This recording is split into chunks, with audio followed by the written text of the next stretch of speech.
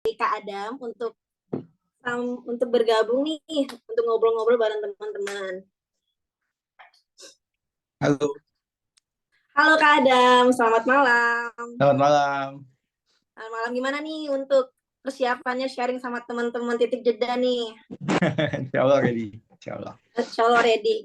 Kalau begitu tanpa berlama-lama, silahkan Kak Adam jika ada materinya bisa dibantu untuk share screen dulu. Oke, saya siapkan dulu ya. Boleh. Oke, saya izin share.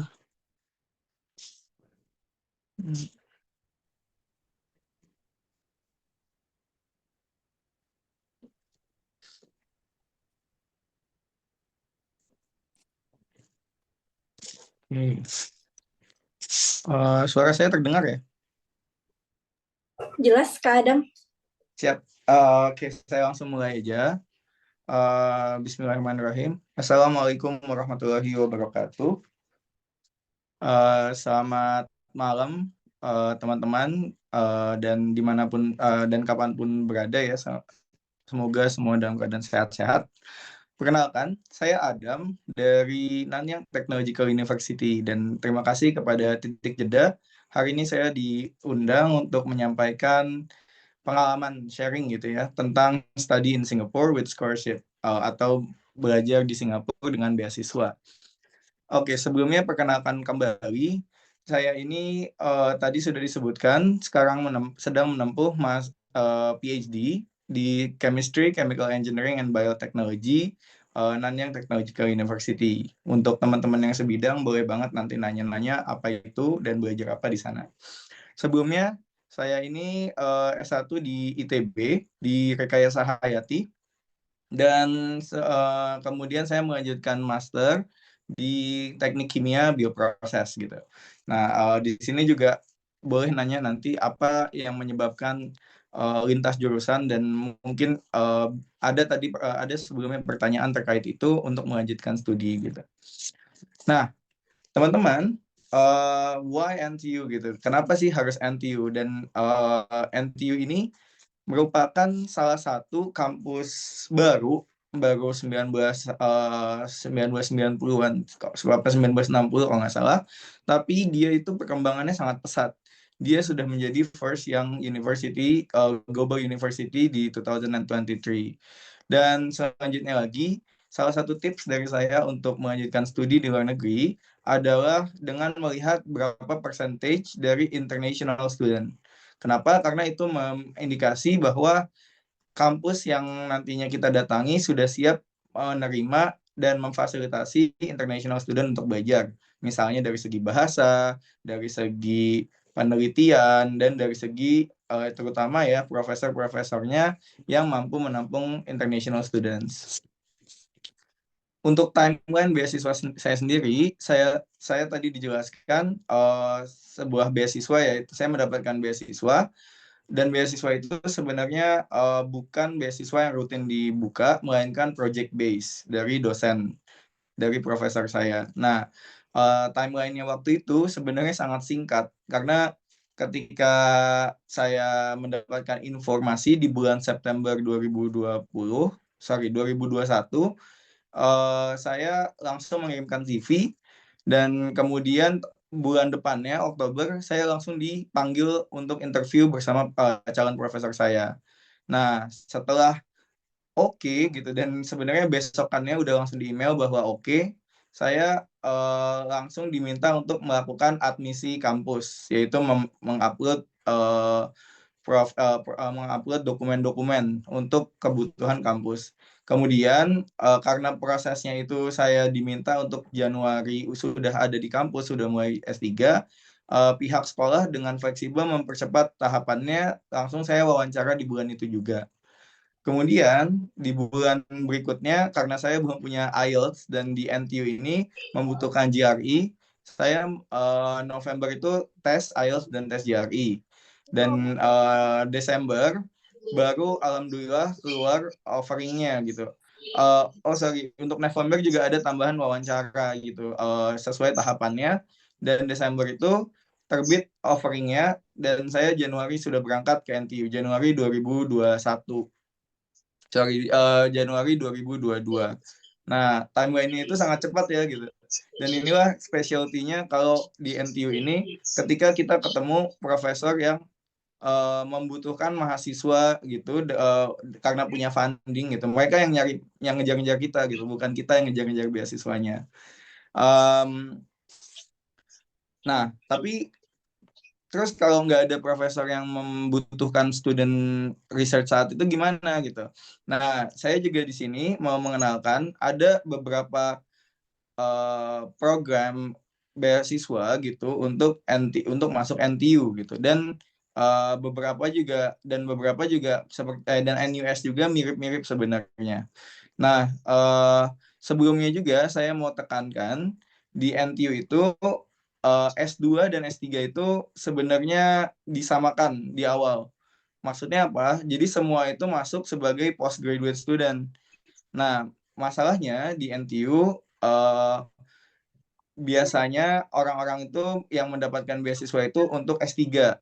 S2 itu ada, tapi sangat jarang. Saya jarang sekali menemukan S2 yang beasiswa untuk program research. Apalagi untuk program coursework gitu, karena NTU juga punya program coursework yang kelas-kelas gitu ya, tidak ada risetnya, itu juga sangat tidak ada gitu beasiswanya.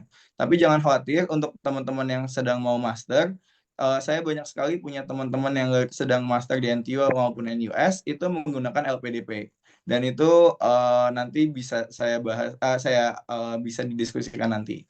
Nah, selanjutnya untuk yang program pemerintah, beasiswa pemerintah, di sini ada yang pertama itu Nanyang President's Graduate Scholarship, dan ini adalah beasiswa yang paling worth it gitu.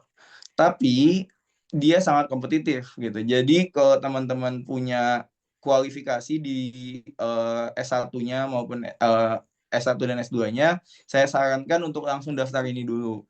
Nah, kalau misalnya untuk beasiswa yang lagi buka banyak gitu ya, dari segi teman-teman yang masuk ke Singapura di setahun belakangan, itu ada namanya SINGGA atau Singapore International Graduate Awards yang kotak kedua. Nah, yang kotak kedua itu beasiswanya itu terpisah dari kampus, daftarnya lebih awal dari kampusnya, tapi setelah itu seleksinya itu sama dengan pendaftaran kampus. Nah, nanti akan saya jelaskan juga. Kemudian selanjutnya yang biasa dipakai international students itu juga ada Nanyang Research Scholarship. Nah, di sini ada nih beasiswa Master by Research buat teman-teman yang cari master untuk research gitu. Tapi sekali lagi sangat jarang gitu. Jadi itu tergantung juga profesornya mau nerima nggak anak master. Biasanya pengalaman saya, teman yang mendaftar master buat dengan beasiswa, ditanyanya langsung, kamu mau daftar PhD aja nggak sekalian? Karena di NTU sudah bisa langsung S3 tanpa harus mempunyai gelar master gitu. Nah, selanjutnya ada A-Star Graduate Scholarship, itu hanya untuk lulusan universitas di Singapura. Jadi yang S1-nya di Singapura bisa coba daftar. Yang terakhir yaitu beasiswa profesor. Profesor itu sangat-sangat tergantung timeline-nya, jumlah beasiswanya, serta persyaratannya itu sangat-sangat tergantung dengan calon supervisor. Note that setiap kita dan beasiswa ini gitu ya, ketika kita sudah melewati tahapan yang namanya qualifying exam, jumlah yang saya tulis di sini akan ditambahkan $500. Jadi untuk teman-teman yang akan yang nanti jadi ditambah $500 sehingga totalnya bisa sampai $3.200 per bulan stipend. Nah, pertanyaannya, cara mendapatkan beasiswanya gimana?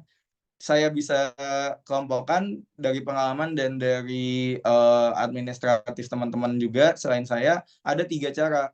Yang pertama itu langsung daftar. Nah, langsung daftar itu maksudnya apa? Karena ketika kita daftar ke NTU atau ke NUS juga, sebenarnya nanti mereka akan langsung nanya, kita mau fundingnya apa? Kalau kita memilih beasiswa, langsung ditulis tuh beasiswa-beasiswa yang mereka provide buat graduate students gitu. Nah, itu bisa langsung kita klik, nanti kita seleksinya barengan sama kita mendapatkan kampus gitu. Atau yang kedua itu kontak calon supervisor dulu gitu. Maksudnya apa? Kita cari dulu profesor yang sesuai bidang kita, sesuai topik kita yang kita mau risetkan. Kemudian kita tanya funding yang mau yang bisa direkomendasikan dari dia apa ya gitu. Nah, ini akan lebih mumpuni gitu karena rate untuk diterimanya ke kampusnya akan lebih besar karena sudah ada backup dari calon supervisor gitu. Kalau dia sudah oke dengan kita, dia akan membantu kita dalam prosesnya gitu. Kemudian yang ketiga ada beasiswa-beasiswa yang harus daftar dulu, kemudian nanti dapat application number. Nah, application number-nya disubmit untuk daftar kampusnya. Seperti contoh Singa Scholarship yang saya sudah jelaskan tadi gitu. Nah, Singa Scholarship ini nanti dapat application number dari websitenya ketika kita udah submit gitu. Nah, dari submission itu kita masukin ke application number-nya ke portal admisi kampus. Nah, terus periode daftarnya gimana gitu. Sekali lagi, periode daftar beasiswa itu di Singapura ya, di NTU dan NUS terutama berbarengan sama daftar kampusnya, yaitu terdapat 2 sesi penerimaan di NTU, Januari intake sama Agustus intake gitu ya. Nah, 4 bulan sebelum periode penerimaan, kita udah harus daftar kampus, termasuk beasiswanya, kalau memilih beasiswa-beasiswa selain Singa. Kalau Singa, dia akan lebih awal, jadi kalau misalnya mau intake Agustus 2024 nanti nih gitu, deadline-nya itu udah 1 Desember 2023 kemarin. Dan itu oleh karena itu harus dicek gitu ya, gimananya timeline-nya. Tapi tips ya, karena bocoran yang nggak ada di website, beberapa teman saya itu daftar Singa itu udah melewati deadline-nya, tapi dia masih bisa keterima karena profesor yang punya funding-nya itu yang menyarankan gitu waktu itu untuk daftar ke Singa aja, nanti diprosesnya buat intake yang sudah lewat deadline-nya gitu. Dan itu kenapa? Ya karena flexibility dari kampus-kampus universitas mengikuti kebutuhan profesor-profesor yang lagi butuh banyak banget international student di Singapura, karena Singapura itu lagi punya banyak funding, terutama untuk Indonesian students. Nah, persyaratan dokumen kita yang pengalaman saya yang beasiswa profesor, saya hanya membutuhkan CV dan motivation letter waktu itu. Kemudian beliau menyarankan saya, dan ini sangat-sangat penting buat kedepannya saya presentasi interview untuk admisi kampus. Dia menyuruh saya untuk membuat presentasi pengalaman riset dan publikasi gitu. Nanti bisa saya jelaskan sedikit apa maksudnya presentasi pengalaman riset dan publikasi. Isinya apa? Kemudian ada admisi kampus, kita butuh untuk yang dari negara non berbahasa Inggris, kita butuh tes bahasa Inggris. Nah, kemudian yang agak beda di sini untuk NUS terutama dan NTU untuk beberapa jurusan, untuk jurusan STEM kita butuh tes GRE. Nah, ini juga termasuk yang harus dipersiapkan karena lumayan berat. Nah, kemudian kita butuh surat rekomendasi, tapi template suratnya itu bukan kita yang menyiapkan.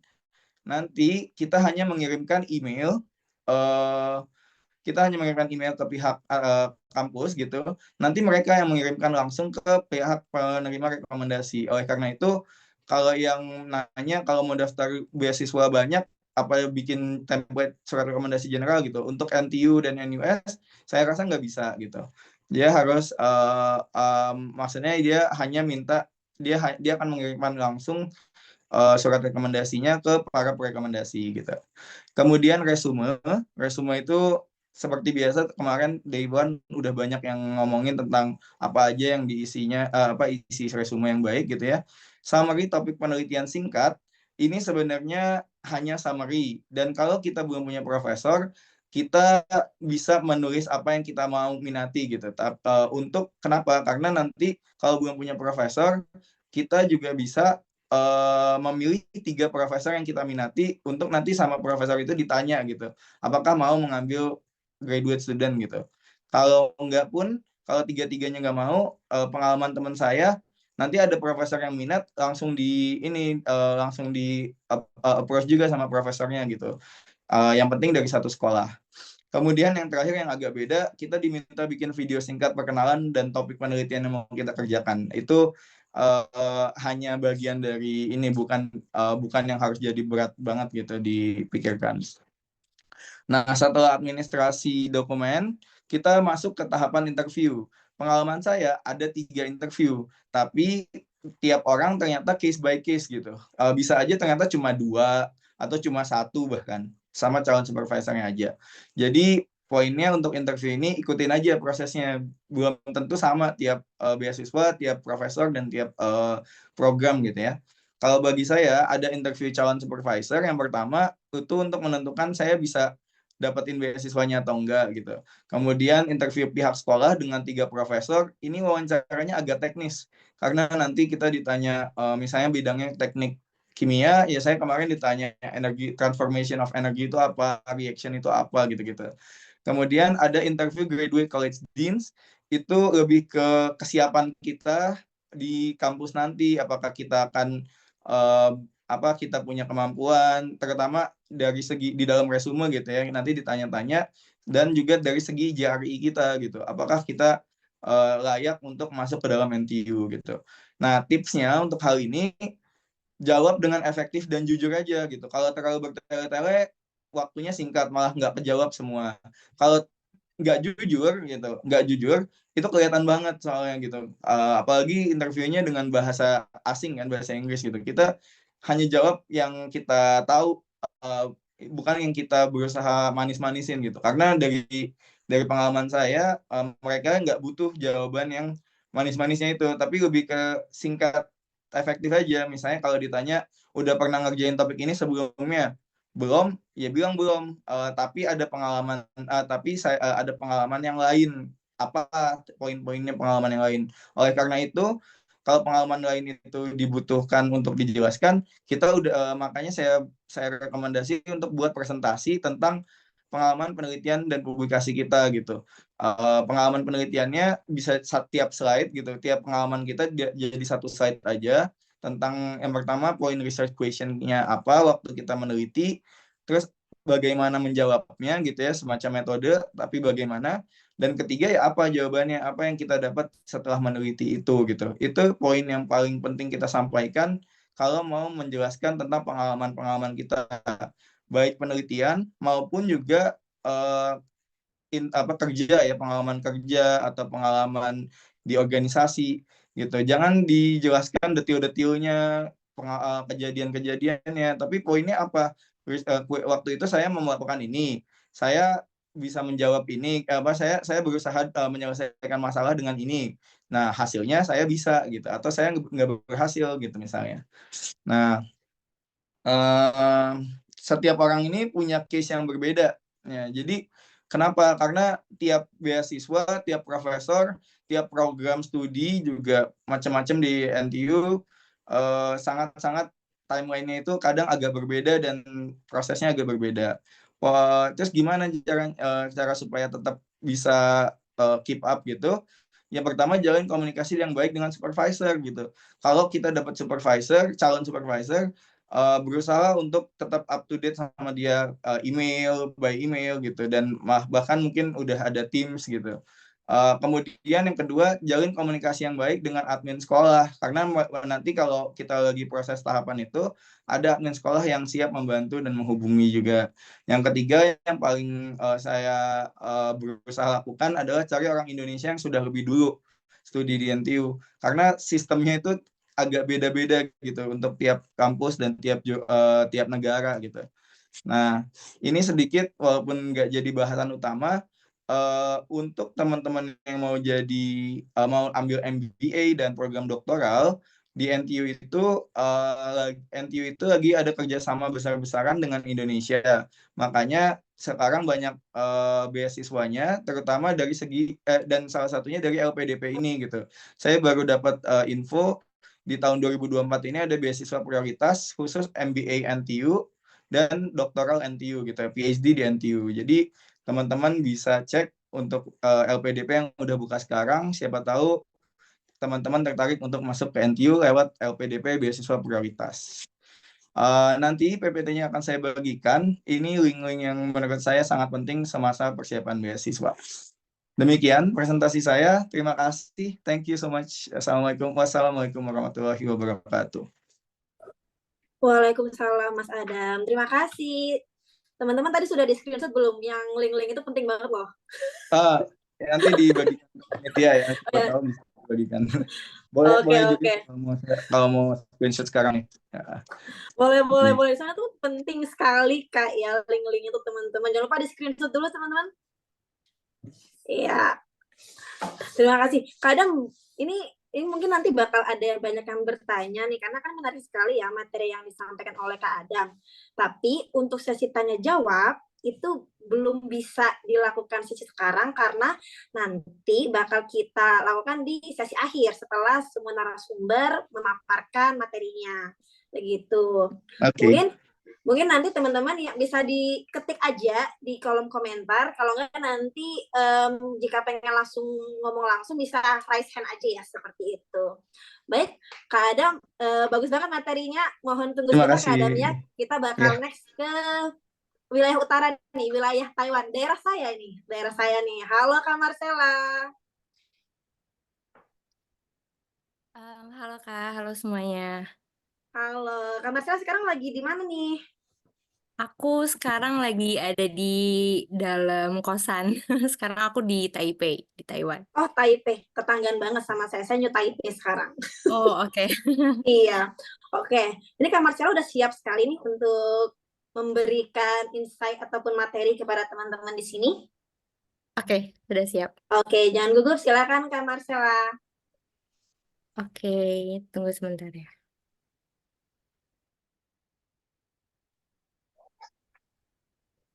Oke, apakah sudah terlihat? Terlihat, Kak? Oke, jadi selamat malam semuanya teman-teman di sini dan terima kasih juga untuk titik jeda atas kesempatan yang diberikan pada aku untuk bisa sharing pengalaman mengenai gimana sih caranya bisa dapetin beasiswa MOE. Itu. Jadi halo semuanya, aku Marcella. Jadi aku adalah penerima beasiswa MOE tahun 2023 tahun lalu. Saat ini sedang studi S2 di NCCU. Nama programnya International Masters Program of Applied Economics and Social Development atau disingkat jadi IMS. Saat ini aku masih bekerja menjadi asisten dosen di Universitas Katolik Parahyangan Unpar di Bandung dari tahun 2021 dan kebetulan aku juga lulusan Unpar. Aku angkatan 17, lulus tahun 2021 dari jurusan Ekonomi Pembangunan di Unpar juga. Oke, jadi ini ada outline. Aku akan membahas mengenai kehidupan di Taiwan, terus MOE scholarship benefit-nya apa aja, terus funding duration-nya, timeline, persyaratannya, terus apa aja sih yang harus diperhatikan sebelum teman-teman daftar beasiswa MOE. Lalu juga di sini ada tips dan triks untuk penulisan esai MOE sendiri seperti apa. Lalu bagaimana caranya untuk membuat aplikasi MOE scholarship ini menjadi stand out gitu dibandingkan dengan applicants yang lain. Gitu dan sedikit disclaimer bahwa di sini merupakan pandangan aku sendiri dan aku bukan representatif dari pihak MOE scholarships maupun dari Taiwanese government gitu. Oke, jadi ini sedikit gambaran selama aku kurang lebih 5 bulan di Taiwan. Di sini semuanya rapi, semuanya serba apa ya, kita bisa kemana-mana menggunakan public transportation banyak banget orang-orang di sini yang pakai sepeda kemana-mana, pakai bis, pakai MRT, pokoknya public transportation-nya senyaman itu, seenak itu gitu. Dan kalau misalnya lagi bosen sama perkuliahan, lagi pusing, aku biasanya jalan-jalan ke beberapa tempat di dekat Taipei. Salah satunya ini yang em, nomor 2 yang ada gambar gedung-gedung ini namanya Tamsui. Menurut aku itu refreshing banget untuk pergi ke sana dan sebenarnya masih banyak banget spot-spot yang enak untuk dikunjungi gitu loh. Kalau misalnya teman-teman lagi merasa burnout sama tugas-tugas dari kampus. Nah, lalu juga di sini ada banyak banget night market. Salah satu yang terkenal adalah Selin. Di sana banyak banget varian makanannya, teman-teman pasti suka dan harganya juga relatif terjangkau. Dan yang lainnya itu selama aku hidup di Taiwan selama 5 bulan itu ada yang bikin sedikit shock, yaitu culture untuk membuang sampah yang biasanya itu ada truk sampah lewat, ada musik, dan itu ada jadwalnya. Jadwalnya nggak tentu sih, mungkin di setiap daerah itu beda-beda. Tapi di daerahku itu biasanya sore, sekitar jam 4:30. Nah itu kita udah harus, eh karena kosanku di atas, jadi aku turun tangga dari lantai 6, nunggu truknya lewat, sampai truknya datang, dan itu kita harus sudah ready untuk buang sampah. Kalau nggak kita ditinggal gitu, dan baru bisa buang sampahnya lagi besoknya lagi gitu. Dan jangan sampai sampah ini dicampur adukan gitu. Jadi harus dipisah berdasarkan jenisnya. Dan itu ada plastik khususnya juga gitu loh. Dan yang terakhir adalah di Taiwan ini ramah terhadap disabilitas. Jadi jangan khawatir, di sini semuanya serba oke, serba friendly. Bahkan aku pun pas datang ke sini pertama kali masih kebingungan mengenai apa yang harus aku lakukan gitu pertama kali datang di sini. Di sini semuanya friendly sama international student sama pengunjung yang datang ke sini semuanya oke. Tuh, jadi jangan takut untuk datang ke Taiwan dan untuk belajar di sini. Tuh. Oke. Lalu to the point aja, sekarang aku mau langsung bahas mengenai beasiswa MOE. Nah, jadi benefit yang didapat dari beasiswa MOE itu adalah yang pertama living allowance. Jadi untuk teman-teman yang sekarang sedang mau daftar ke S1 atau undergraduate, living allowance yang akan didapatkan setiap bulannya itu adalah 7.500.000 per bulan, setara dengan 7.500.000 rupiah per bulannya. Nah, sementara untuk masters and doctoral degrees itu setara dengan 10 juta per bulannya. Nah, teman-teman di sini jangan takut, mungkin secara nominal ini masih dibilang rendah dibandingkan dengan beasiswa lainnya. Tapi MOE scholarship memberikan nominal sebesar itu sudah cukup. Malah aku bisa saving lebih. Dan aku juga sekarang tinggal di luar kampus, di luar dorm itu bisa saving lebih gitu. Jadi jangan khawatir, dengan uang segitu teman-teman masih bisa saving. Karena di sini makanannya murah-murah, public transportnya juga murah. Jadi gak usah khawatir. Gitu, malah ya itu dia masih bisa saving. Gitu. Lalu untuk tuition fee-nya sebetulnya di sini yang diberikan sama pihak MUI itu maksimal adalah 40.000 NTD atau setara dengan 20 juta per semester. Nah, tapi kalau misalnya melebihi dari 40.000 NTD, apa namanya, tuition fees yang di cover, nah itu biasanya kita yang harus menanggung sendiri gitu loh. Nah, di sini aku provide link juga di studi di taiwan.blogspot.com. Di situ ada lampiran 5 namanya. Nah, di lampiran 5 itu teman-teman bisa lihat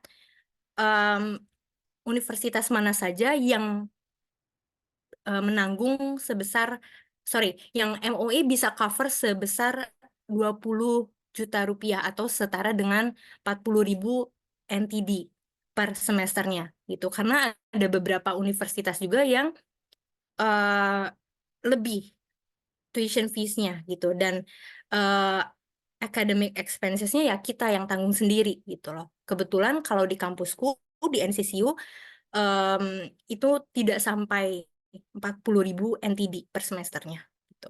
Jadi aman sejauh ini gitu, nggak ada tambahan biaya apapun. Dan satu hal lagi, MOA scholarship ini tidak mengcover segala jenis academic expenses. Kayak misalnya kita mau ikut conference, lalu kita mau tinggal di dorm atau di luar dorm, terus juga biaya internet, lalu juga tiket pulang pergi itu nggak di-cover sama MOE scholarship. Jadi yang diberikan sebanyak 15.000 NTD atau 20.000 NTD itu ya memang kita harus atur-atur sendiri gitu loh. Jadi teman-teman harus pintar bagaimana caranya bisa mengatur antara ini untuk pos yang mana, ini untuk pos yang mana gitu. Jadi MOE scholarship hanya memberikan sejumlah uang tertentu, lalu sisanya kita yang mengatur sendiri gitu. Itu lalu untuk scholarship duration-nya yang di cover itu untuk undergraduate program maksimum 4 tahun sama seperti di Indonesia, master's program 2 tahun, dan doctoral program 4 tahun. Oke, lanjut. Nah, untuk timeline MOE scholarship itu sebetulnya mungkin tentatif ya, tapi ini berdasarkan pengalamanku tahun lalu, tahun 2023. Openingnya itu dimulai dari Februari tanggal 1. Nah, penutupannya adalah bulan Maret tanggal 31. Nah, tapi sepanjang durasi scholarship application itu, kita harus sambil mendaftar ke universitas yang yang ada di list MOE scholarship gitu. Dan sebagai catatan juga, ya ini yang tadi aku bilang bahwa kita harus independently register ke universitas dulu, baru kita bisa daftar ke MOE scholarship gitu. Jadi ketika kita udah daftar sekolahnya, udah daftar universitasnya, baru daftarlah MOE scholarship. Despite of kita memang belum diterima di universitas yang kita tuju gitu. Jadi nggak jadi masalah, walaupun misalnya belum ada LOA, belum ada announcement bahwa kita diterima atau belum, itu nggak jadi masalah. Tapi yang jelas kita harus menunjukkan tanda bahwa kita memang sudah mendaftar ke kampus yang sudah ditentukan atau ada di dalam list MOE scholarship gitu. Nah, kalau misalnya Kak, aku belum daftar nih ke kampus, nah itu nggak bisa. Jadi urutannya harus seperti itu. Jadi daftar dulu kampus, tapi kampusnya nge-refer ke list yang ada di MOE scholarship gitu. Baru kita bisa daftar ke MOE scholarship itu sendiri gitu. Lalu berdasarkan pengalamanku tahun lalu, Mei tanggal 17, walaupun sebenarnya ini tentatif ya, ada teman-temanku yang baru ada announcement-nya di bulan Juni awal, tapi waktu itu aku dapatnya di tanggal 17 Mei, announcement of scholarship recipient bahwa aku diterima mendapatkan MOE scholarship ini melalui email gitu. Jadi pengumumannya lewat email, dan dia bukan announcement di website atau apa. Jadi langsung dari pihak MOE-nya dikirim langsung ke email kita masing-masing gitu. Lalu ini pengumuman kampus, waktu itu aku diterima di NCCU tanggal 29 Mei. Jadi timeline-nya itu diterima dulu scholarship, baru diterima di kampus di NCCU. Waktu itu mungkin akan ada kesamaan juga dengan teman-teman yang nanti akan apply ke universitas lain di Taiwan gitu. entah itu di National Taiwan University atau di Chengkung dan lain sebagainya gitu. Nah, setelah announcement penerimaan kampus itu keluar, barulah nanti kita submit LOA, Letter of Acceptance-nya ke pihak MOA Scholarship. Itu maksimal tanggal 31 Mei. Dikirimnya ke email ini, edu.twindonesia@gmail.com, atau biasanya di reply, bukan dikirim terpisah. Jadi yang tadi announcement diterima beasiswa, itu kan ada emailnya, lalu kita reply dengan attach LOA yang dikirimkan oleh pihak kampus gitu ke kita.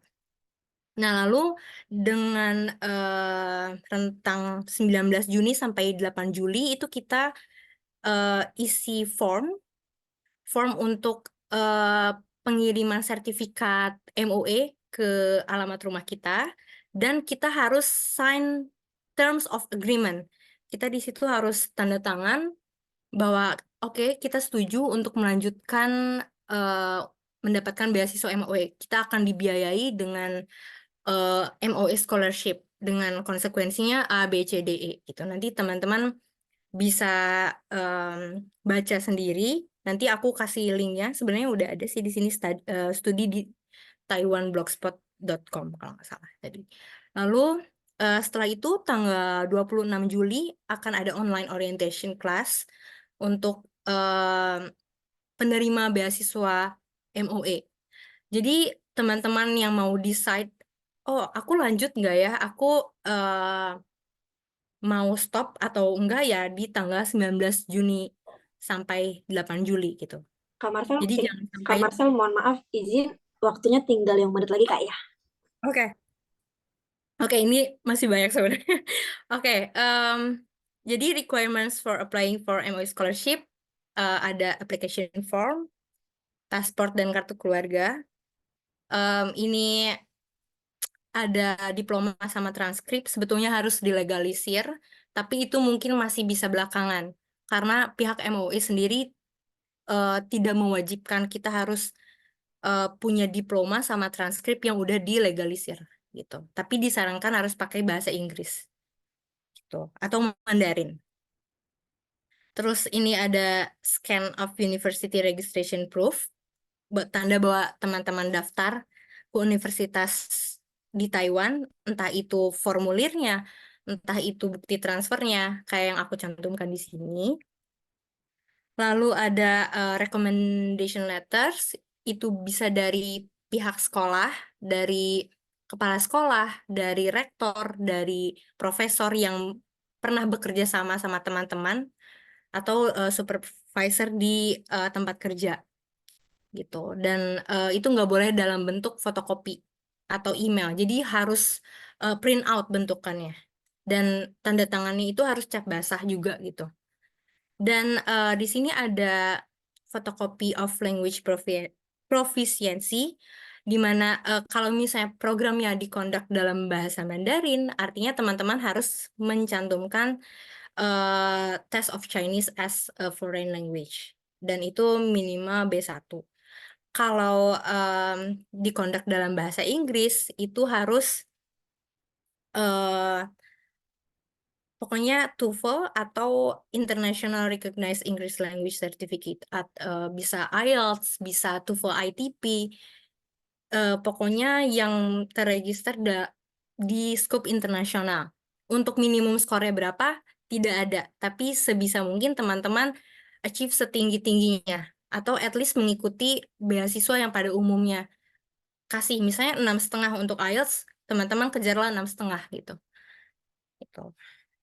Ini alamatnya, dan sebenarnya ini ada yang ini ada beberapa hal yang harus diperhatikan sama teman-teman. Teman-teman nggak akan bisa daftar MOE kalau misalnya berstatus sebagai warga negara Taiwan, sudah pasti di situ juga pernah belajar di Taiwan, tapi dengan level of education yang sama. Misalnya S1, terus daftar lagi S1 dengan beasiswa MOE, itu nggak bisa.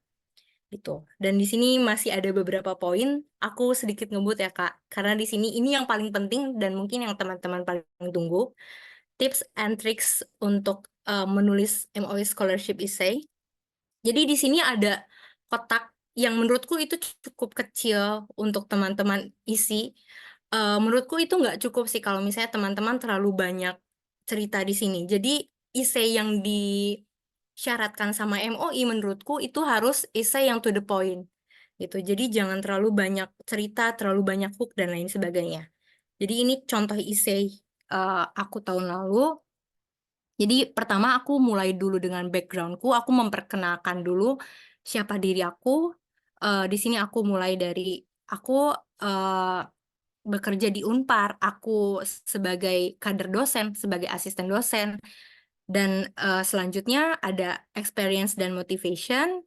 Experience aku teaching dan ada motivasi kenapa aku harus melanjutkan S2 gitu. Dan karena kita mau studi ke Taiwan, otomatis kita harus mengangkat juga dong kenapa kita harus ke Taiwan, kenapa Taiwan yang harus dipilih gitu. Dan ini juga menunjukkan bahwa teman-teman memang capable dan teman-teman memang pantas dipilih untuk jadi resipien dari MOE Scholarship gitu. Lalu juga di sini masukkanlah kenapa teman-teman pilih university dan program yang relate dengan background-nya teman-teman gitu. Lalu di sini juga aku masukin academic plan. Di sini aku masukin sedikit aja, mau ngambil berapa banyak credits dan coursesnya. Itu menunjukkan bahwa again ya teman-teman research lebih mengenai universitasnya dan juga programnya. Terus juga selanjutnya ini yang biru 2 ini sebetulnya masih relate dengan academic plan, di mana itu terkait dengan experience dan motivation aku, kenapa harus ambil coursework yang elektif sebetulnya, kenapa harus coursework itu yang dipilih. Terus di sini ada mentorship and collaboration with expert. Aku menekankan bahwa dengan aku ada collaboration sama expert, itu artinya bahwa aku concern nih mau apa ya? Aku concern untuk mencapai goal aku gitu, atau motivasi aku tuh beneran kelihatan gitu loh. Nah, lalu di sini ada post graduation career aspirations, di mana nanti setelah lulus dari S2 atau S1 atau S3, teman-teman mau ngapain? Gitu. Kalau aku mau kembali lagi ke Indonesia, aku mau melanjutkan apa yang sudah aku bangun sebelumnya, itu berkaitan dengan background berarti, dan pastinya aku mau menerapkan knowledge yang sudah aku dapatkan di NCCU di Taiwan nantinya. Dan aku sedikit aja di closing statement bahwa long term goals aku itu apa, mau menjadi apa gitu. Dan itu harus menurutku itu akan lebih baik kalau misalnya kita mengkaitkan dengan apa ya namanya, dengan universitas yang sekarang kita sedang studi gitu loh. Dalam hal ini NCCU gitu. Dan mungkin sedikit aja ini terakhir, gimana cara biar application untuk MOE scholarship menjadi lebih stand out. Pastinya harus research dulu scholarship-nya itu seperti apa, follow the instructions. Ini penting banget karena sebetulnya kalau mau diceritain ini panjang banget dan ribet. Itu mulai dari proses legalisir dan lain sebagainya. Kalau misalnya teman-teman sampai miss, ya otomatis teman-teman nggak akan mendapatkan beasiswa ini gitu. Dan yang paling penting dalam essay, yang poin 3 dan poin 4 dan 5, itu harus relevan, semuanya harus ada benang merahnya. Antara experience, motivation, apalagi kalau misalnya teman-teman didukung dengan academic excellence, walaupun sebenarnya di MOE Scholarship tidak mensyaratkan GPA yang terlalu tinggi, tapi menurutku ini penting banget gitu. Karena biar gimana pun kita harus stand out dibandingkan dengan yang lainnya gitu. Dan kalau bisa teman-teman ada community involvement lah gitu. Jadi sebelum mendaftar dan mungkin dalam jangka sekarang ini teman-teman bisa mulai mengikuti beberapa community involvement gitu. Dan lagi ini yang paling penting juga menurutku, letters of recommendation itu dari orang yang memang kena kita gitu. Dalam hal ini aku minta letter of recommendation ke atasanku yang dimana dulunya itu adalah orang yang pernah bekerja sama dengan aku gitu loh. Baik itu di kampus menjadi dosen pembimbing dan sekarang juga gitu loh menjadi rekan kerja gitu. Dan jangan lupa untuk proofread dan edit itu penting banget. Teman-teman harus ngecek semua kelengkapan dokumennya, essay dan lain sebagainya. Dan juga harus banget minta feedback. Nah, kebetulan waktu itu aku minta feedback dari Titik Jeda juga. Aku minta untuk di proofread, aku minta untuk dibimbing dari Titik Jeda. Jadi memang sepenting itu. Kita butuh orang lain untuk mereview apakah aplikasi kita, apakah essay kita sudah cukup oke atau enggak gitu. Mungkin itu aja. Sorry tadi agak sedikit kepanjangan.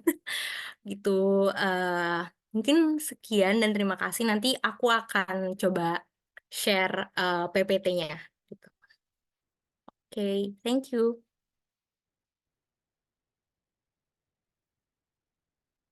Oke, terima kasih Kak Marcel. Ini materinya benar-benar on point, intinya banget nih ya. Pasti teman-teman pada dengerin kan tadi kan, pasti dicatat kan ya.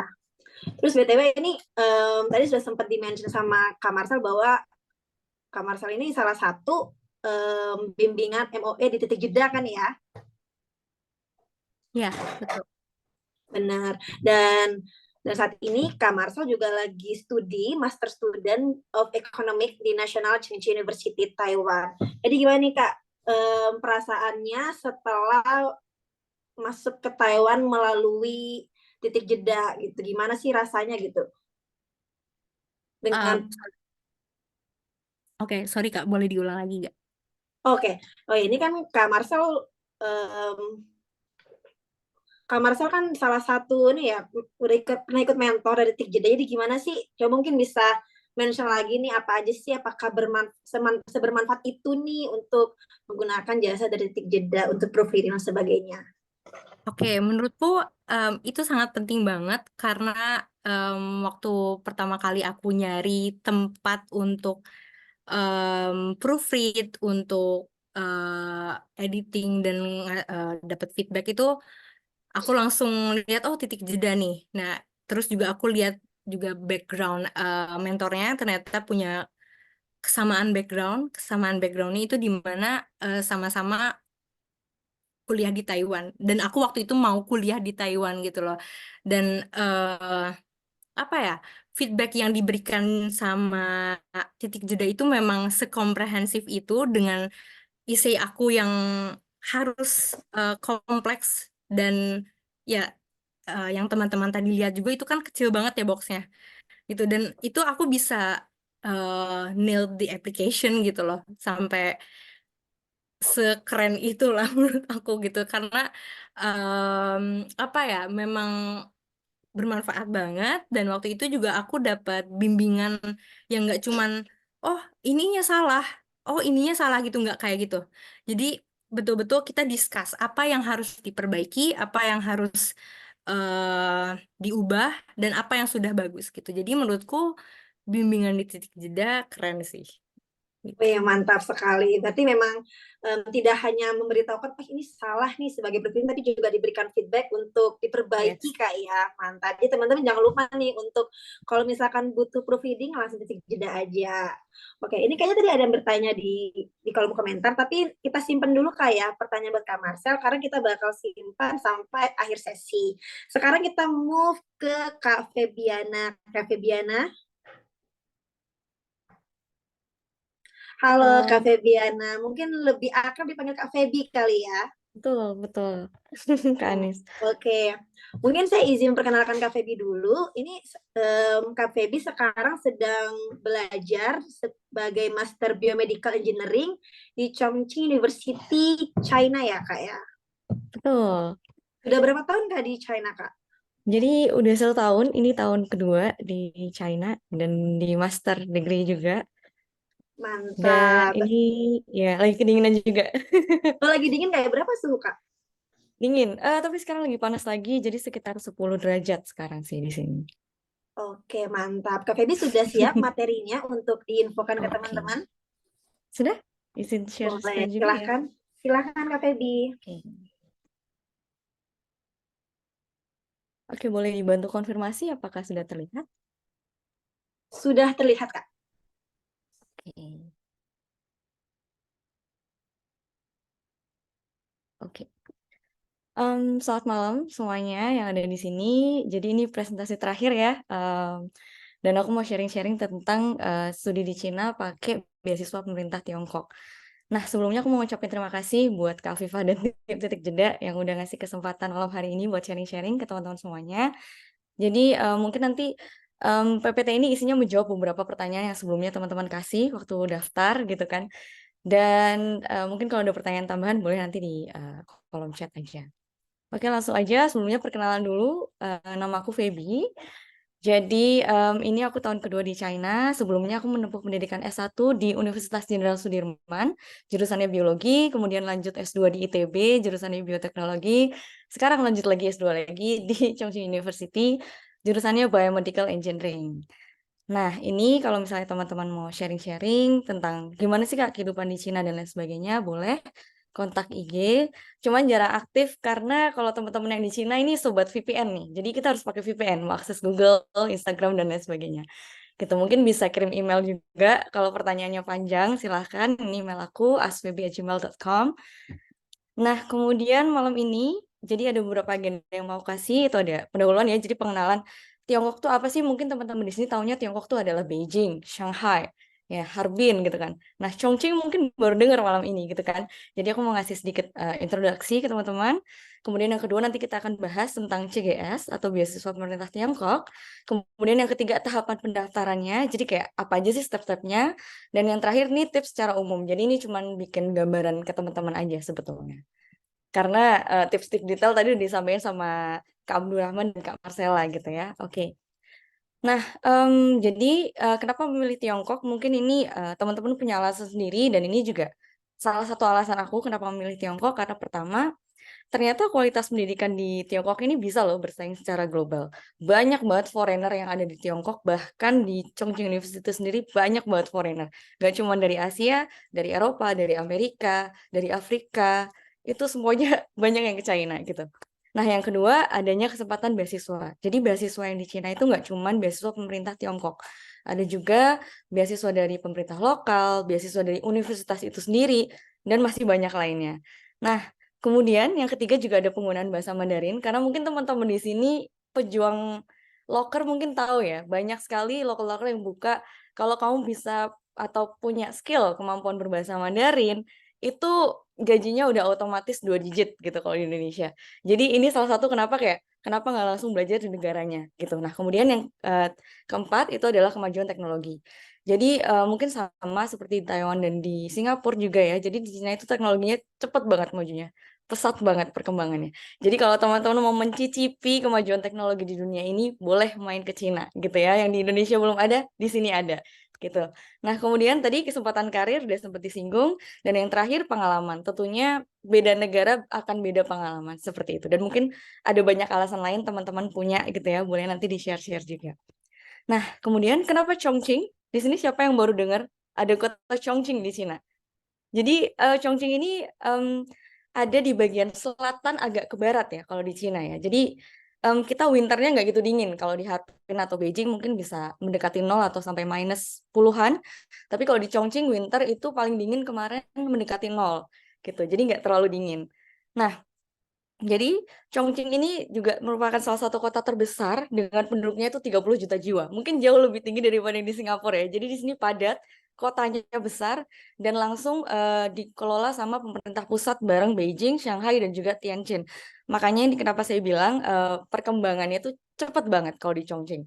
Nah, kemudian nih teman-teman, kalau di Chongqing itu sendiri juga udah ada lebih dari 13 universitas yang tersedia dan pernah ada atau sedang ada orang Indonesia yang sedang belajar di sini. Jadi jangan khawatir, orang Indonesia tuh di sini banyak. Jadi mungkin baru dengar, tapi ini bukan antah berantah ya, karena banyak orang Indonesia juga di sini. Nah, kemudian mungkin buat pertimbangan juga kenapa milih Chongqing, karena yang pertama jelas biaya hidupnya murah. Jadi untuk gambaran aja ya, kalau untuk makan aja sebulan itu bisa 2 sampai 3 juta. Itu untuk makan, ya jalan-jalan tipis lah ya. Tapi kalau mau belanja-belanja mungkin nambah lagi. Nah, kalau untuk rumah di sini tuh nggak ada kos-kosan, biasanya apartemen langsung mainnya. Itu kalau untuk studio itu starting from 2 juta biasanya, dan bisa sharing juga. Sharing jadi ada 2 ruangan gitu sama temen yang lain kalau mau sharing. Itu biasanya di 3 juta.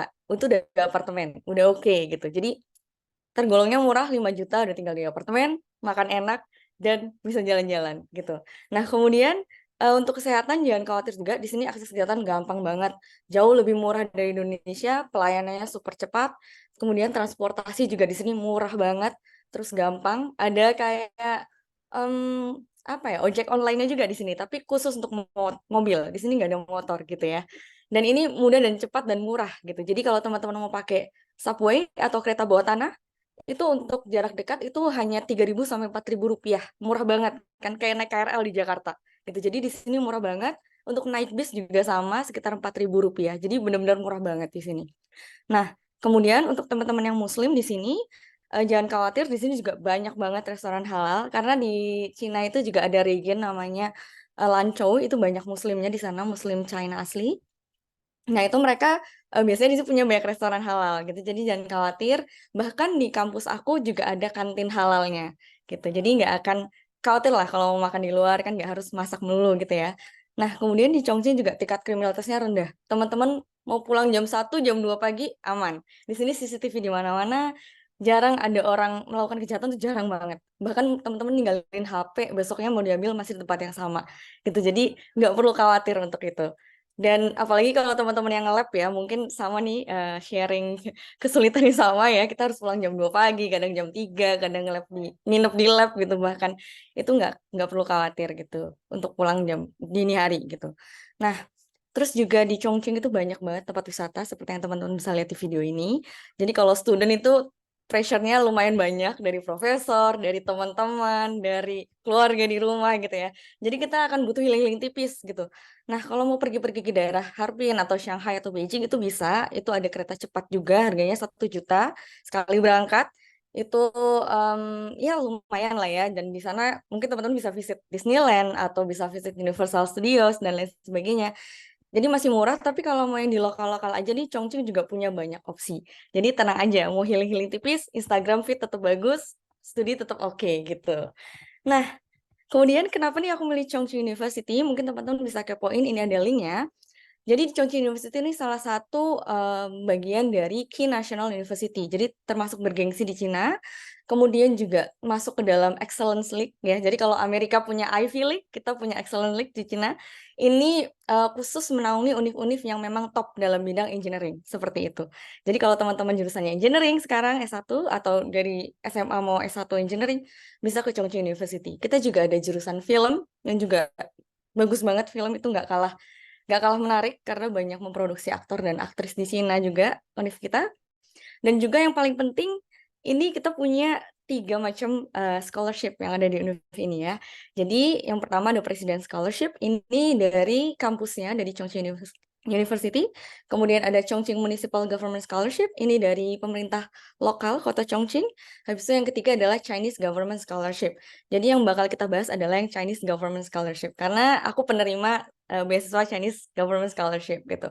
Nah, ini mungkin sedikit ada foto-foto ya teman-teman dari ini kumpulan anak-anak Indo, bisa dilihat sebanyak ini.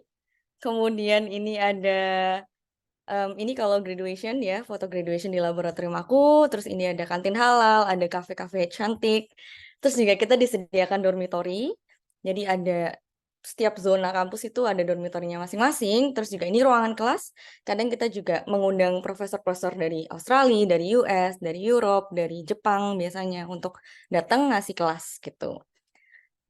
Nah, nafas dulu. Next, kita yang kedua, kita langsung aja ke detailnya beasiswa pemerintah Tiongkok. Nah, jadi beasiswa pemerintah Tiongkok itu dikenal juga sebagai Chinese Government Scholarship atau juga Chinese Scholarship Council. Ini Ini dari Kementerian Pendidikan di Tiongkok, jadi mirip ya, Ministry of Education-nya Tiongkok. Dan ini teman-teman bisa cek sendiri di websitenya, ini lebih dari 270 universitas menerima mahasiswa internasional menggunakan beasiswa CGS. Jadi kesempatannya besar banget teman-teman. Ini tinggal teman-teman aja yang cari tahu tentang universitasnya di Tiongkok tuh ada apa aja, oke? Nah, ini kita juga punya 3 tipe dari CGS itu sendiri, ada tipe A, tipe B, dan tipe C. Jadi kalau tipe A ini teman-teman daftar ke embassy Tiongkok di Indo. Kalau tipe B ini daftar langsung ke universitasnya, kalau tipe C ini bisa lewat agen. Nah, yang paling sering itu adalah tipe B. Dan aku dulu daftarnya tipe B, jadi langsung ke Chongqing University gitu. Nah, tapi kalau teman-teman mau daftar tipe B, itu hanya bisa ke satu universitas aja. Jadi teman-teman pastikan betul-betul tentang apa namanya jurusannya, terus juga univnya udah cocok belum nih sama visi misi teman-teman mau ke Cina ngapain gitu kan. Tapi kalau tipe A lewat embassy itu bisa milih 2 universitas kayak gitu. Oke, kita fokus ke apa aja sih yang didapat dari Chinese Government Scholarship.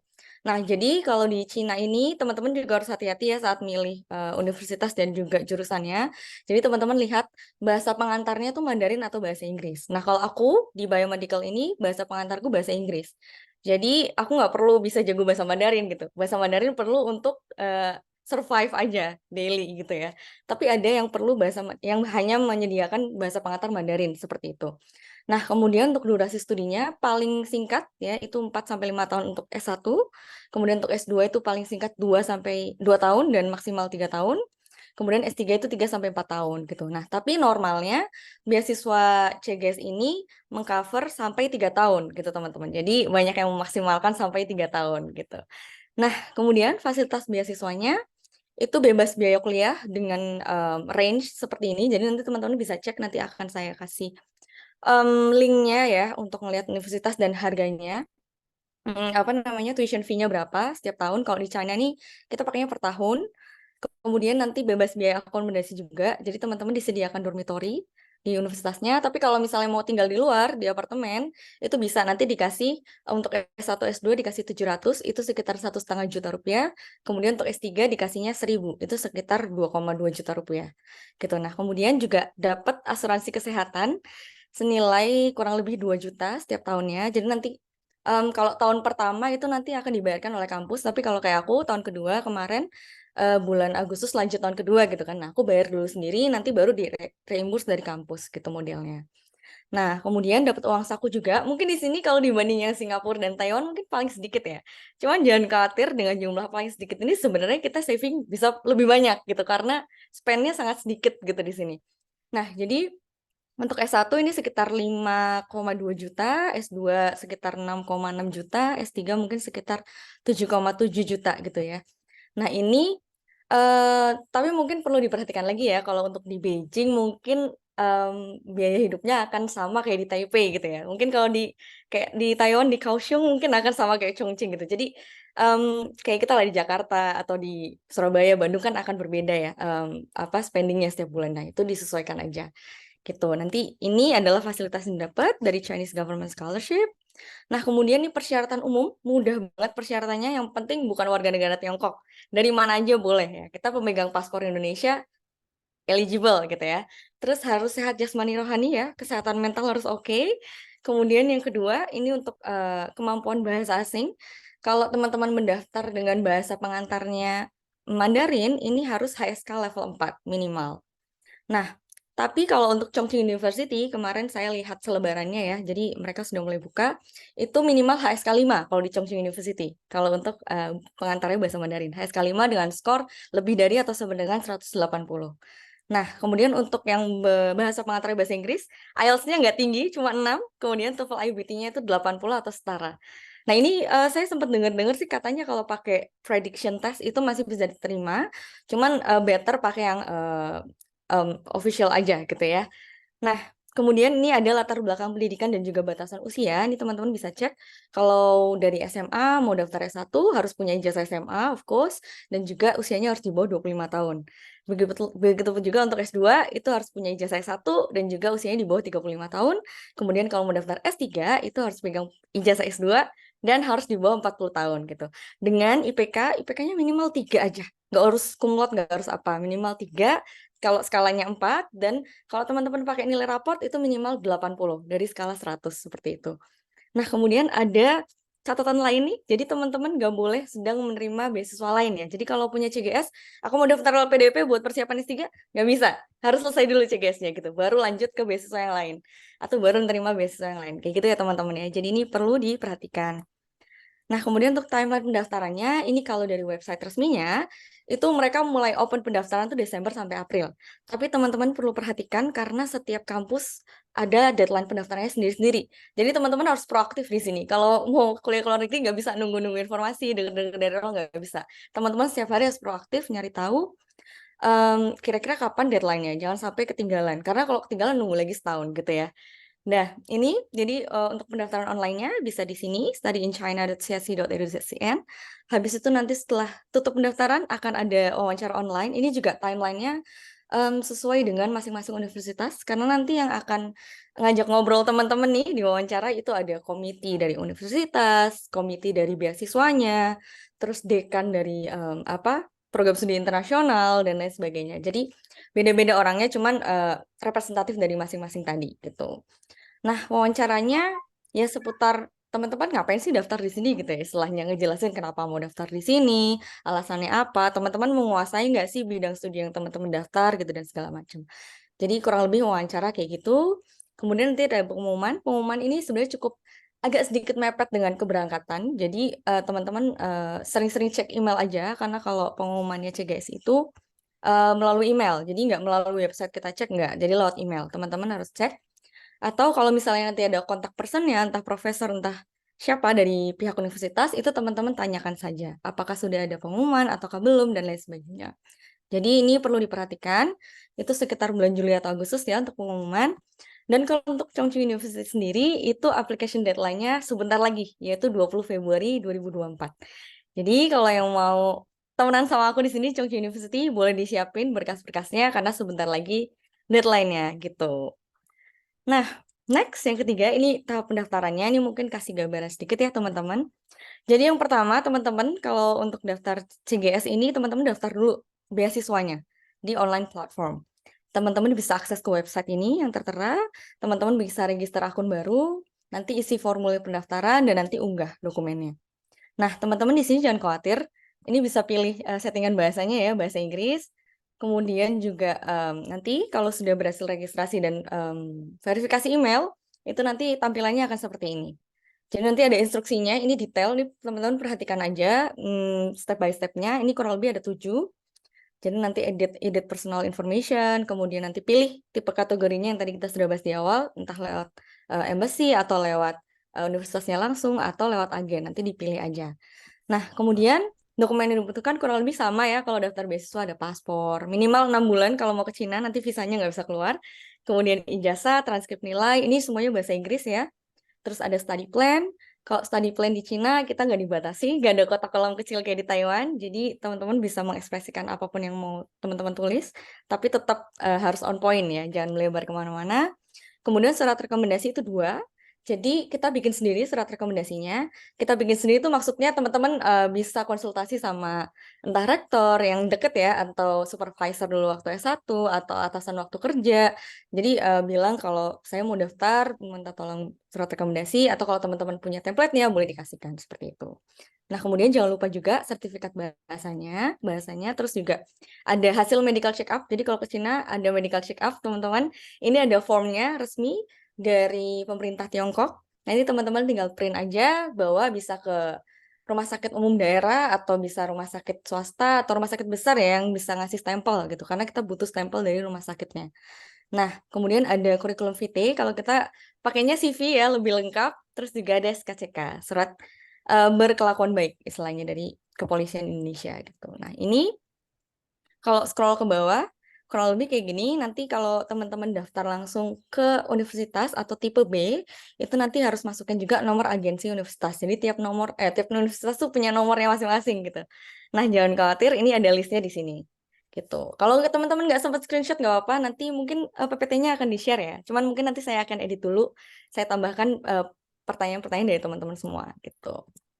Nah, next setelah udah selesai tuh daftarnya, jadi sebelum di-submit teman-teman perhatikan dulu ya, karena setelah submit udah nggak bisa dirubah sama sekali data-datanya. Jadi cek dulu, habis submit nanti akan ada form ini, Kak Feby, application mohon form maaf. ini punyaku. Ya. Kak Feby, mohon maaf, waktunya bentar lagi Kak ya. Oke, siap. Terima kasih remindernya. Nah, jadi ini contoh application formnya, nanti teman-teman tinggal print out, kemudian teman-teman tanda tangan harus basah, dan nanti di-scan. Karena ini akan di-upload di universitas tujuan. Nah, nanti kalau sudah daftar beasiswa, baru teman-teman daftar ke universitasnya.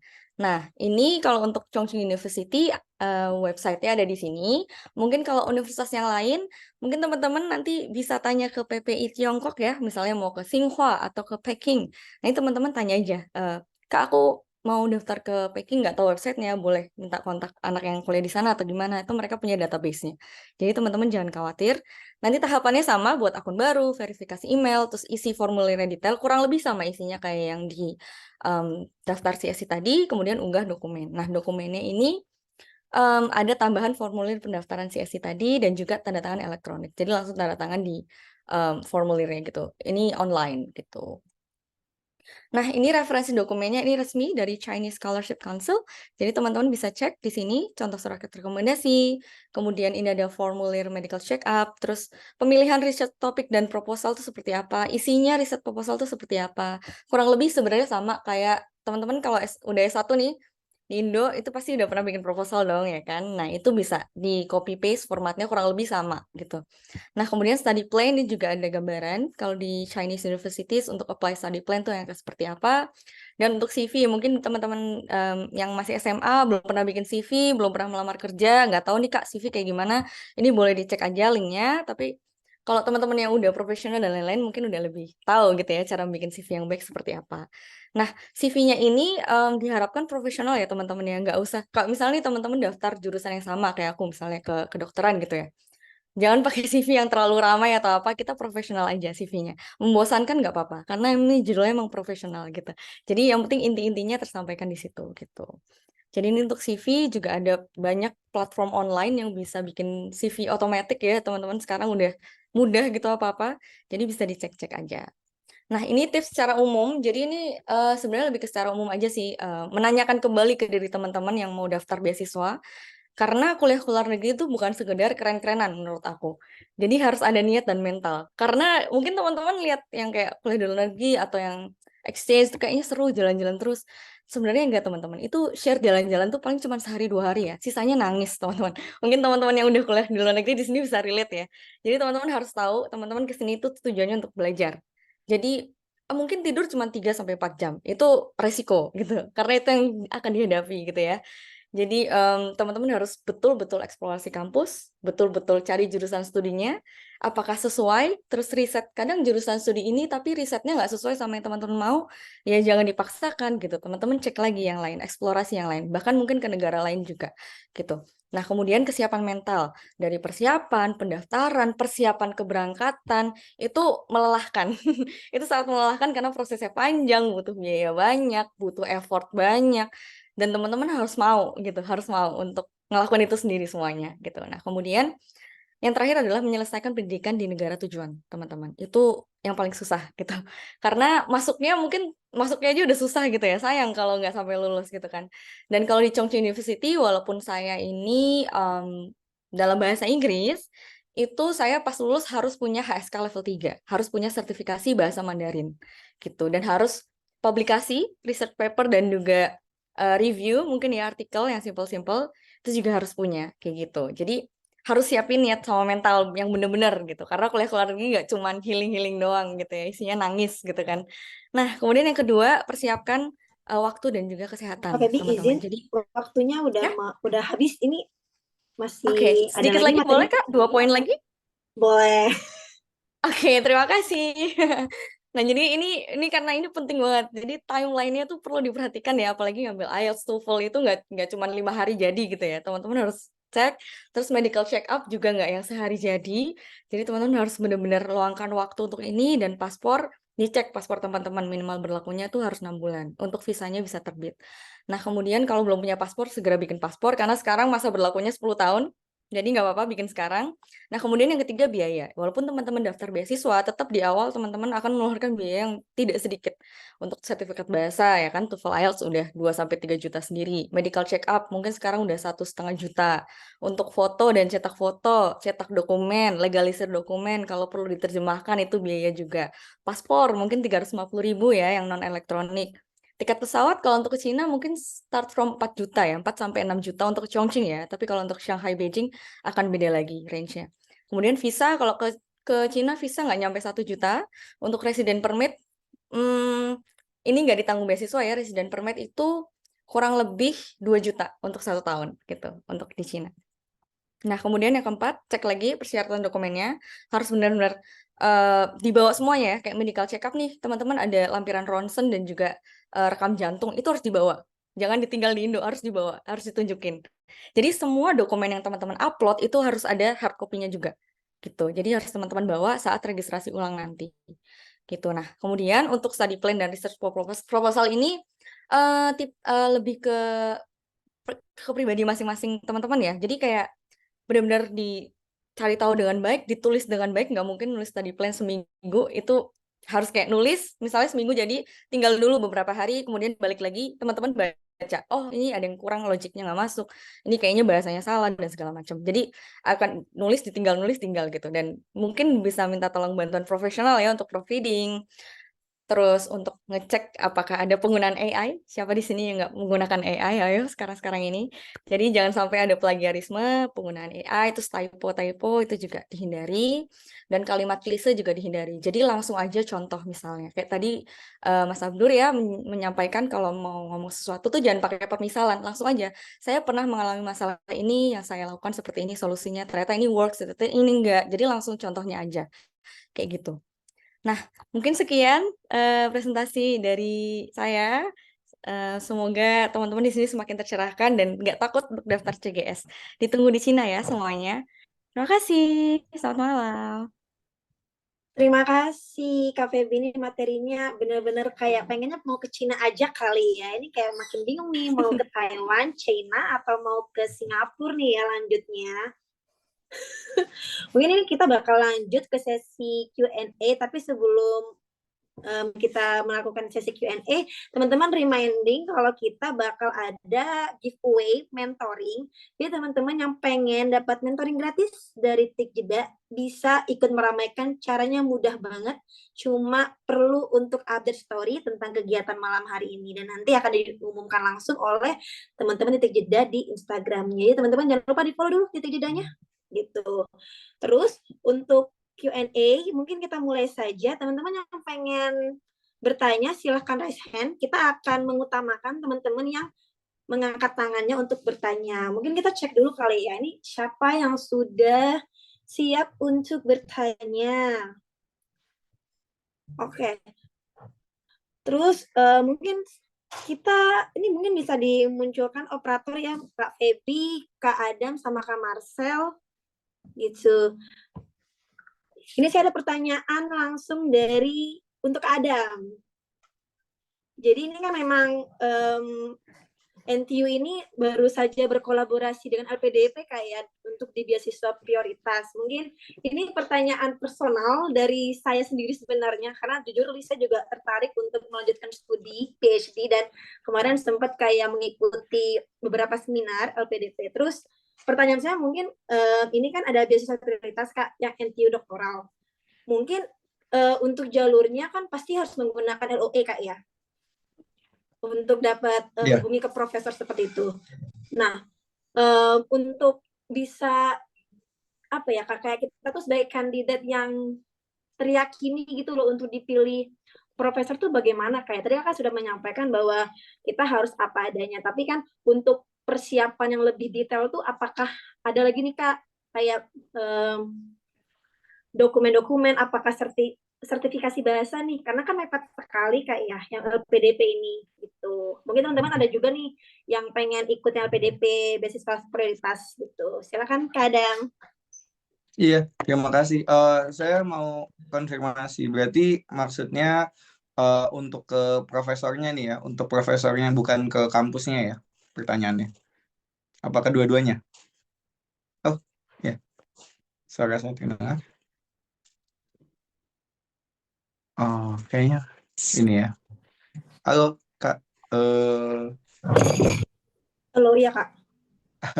Iya, sedikit konfirmasi tadi. eh, saya nangkep ada 2 pertanyaan berarti ke profesornya dan ke kampusnya juga ya, berarti.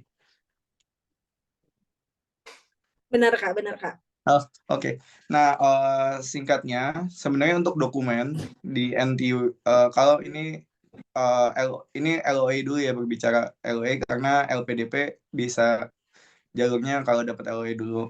Eh, Kalau untuk LOA, sebenarnya NTU itu agak fleksibel untuk masalah sertifikat bahasa dan tes-tes yang lain gitu. Jadi yang diutamakan daftar dulu gitu, daftar dan kemudian eh, proses admisinya udah berlangsung gitu. Jadi udah masuk dulu dokumen-dokumen yang dibutuhkan selain tes bahasa dan tes GRE itu gitu.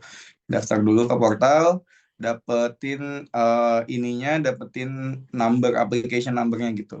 Nah, tapi yang saya tadi juga katakan akan lebih baik apalagi kalau untuk S3 kalau udah menghubungi profesor dulu. Nah, untuk menghubungi profesor itu sebenarnya nggak dibutuhkan ada dokumen itu lebih bagus ya kayak IELTS gitu. Kita hanya membuktikan misalnya kayak oke kami bisa berbahasa Inggris dan ini udah ada dokumen IELTS-nya misalnya gitu. Tapi yang saya mau tekankan sebenarnya profesor itu butuhnya lebih ke pengalaman pribadi kita dan kesiapan kita buat belajar di topik tersebut gitu. Karena ini ngomongin nanti kita megang suatu topik yang dibawakan oleh profesornya. Nah, saran saya sebelum me, apa apply ke LOA-nya apply ke kampus, coba pelajari lebih dalam jurusan apa dan di sana ada profesor siapa aja. Dan profesor siapa aja itu khususnya untuk S3 publikasinya apa aja. Nanti kita dari situ bisa kebayang nih ke gambar, oh kayaknya jurusan yang saya apply nanti akan ke sini dan cocoknya sama profesor ini. Kenapa itu penting? Itu kenapa penting banget? Karena nanti kita jadi bisa merajut apa-apa yang pengalaman atau experience riset kita sebelumnya untuk dijual ke profesor itu gitu. Misalnya profesor emang bidangnya nih saya nih teknik kimia bioproses gitu. Dan waktu topiknya dibuka memang pas ke saya proses development gitu. Saya bilang bahwa S1 saya mengerjakan ini, S2 saya mengerjakan ini gitu. Itu lebih matters daripada kita membawa dokumen IELTS hasil nilai IELTS dan lain-lain gitu.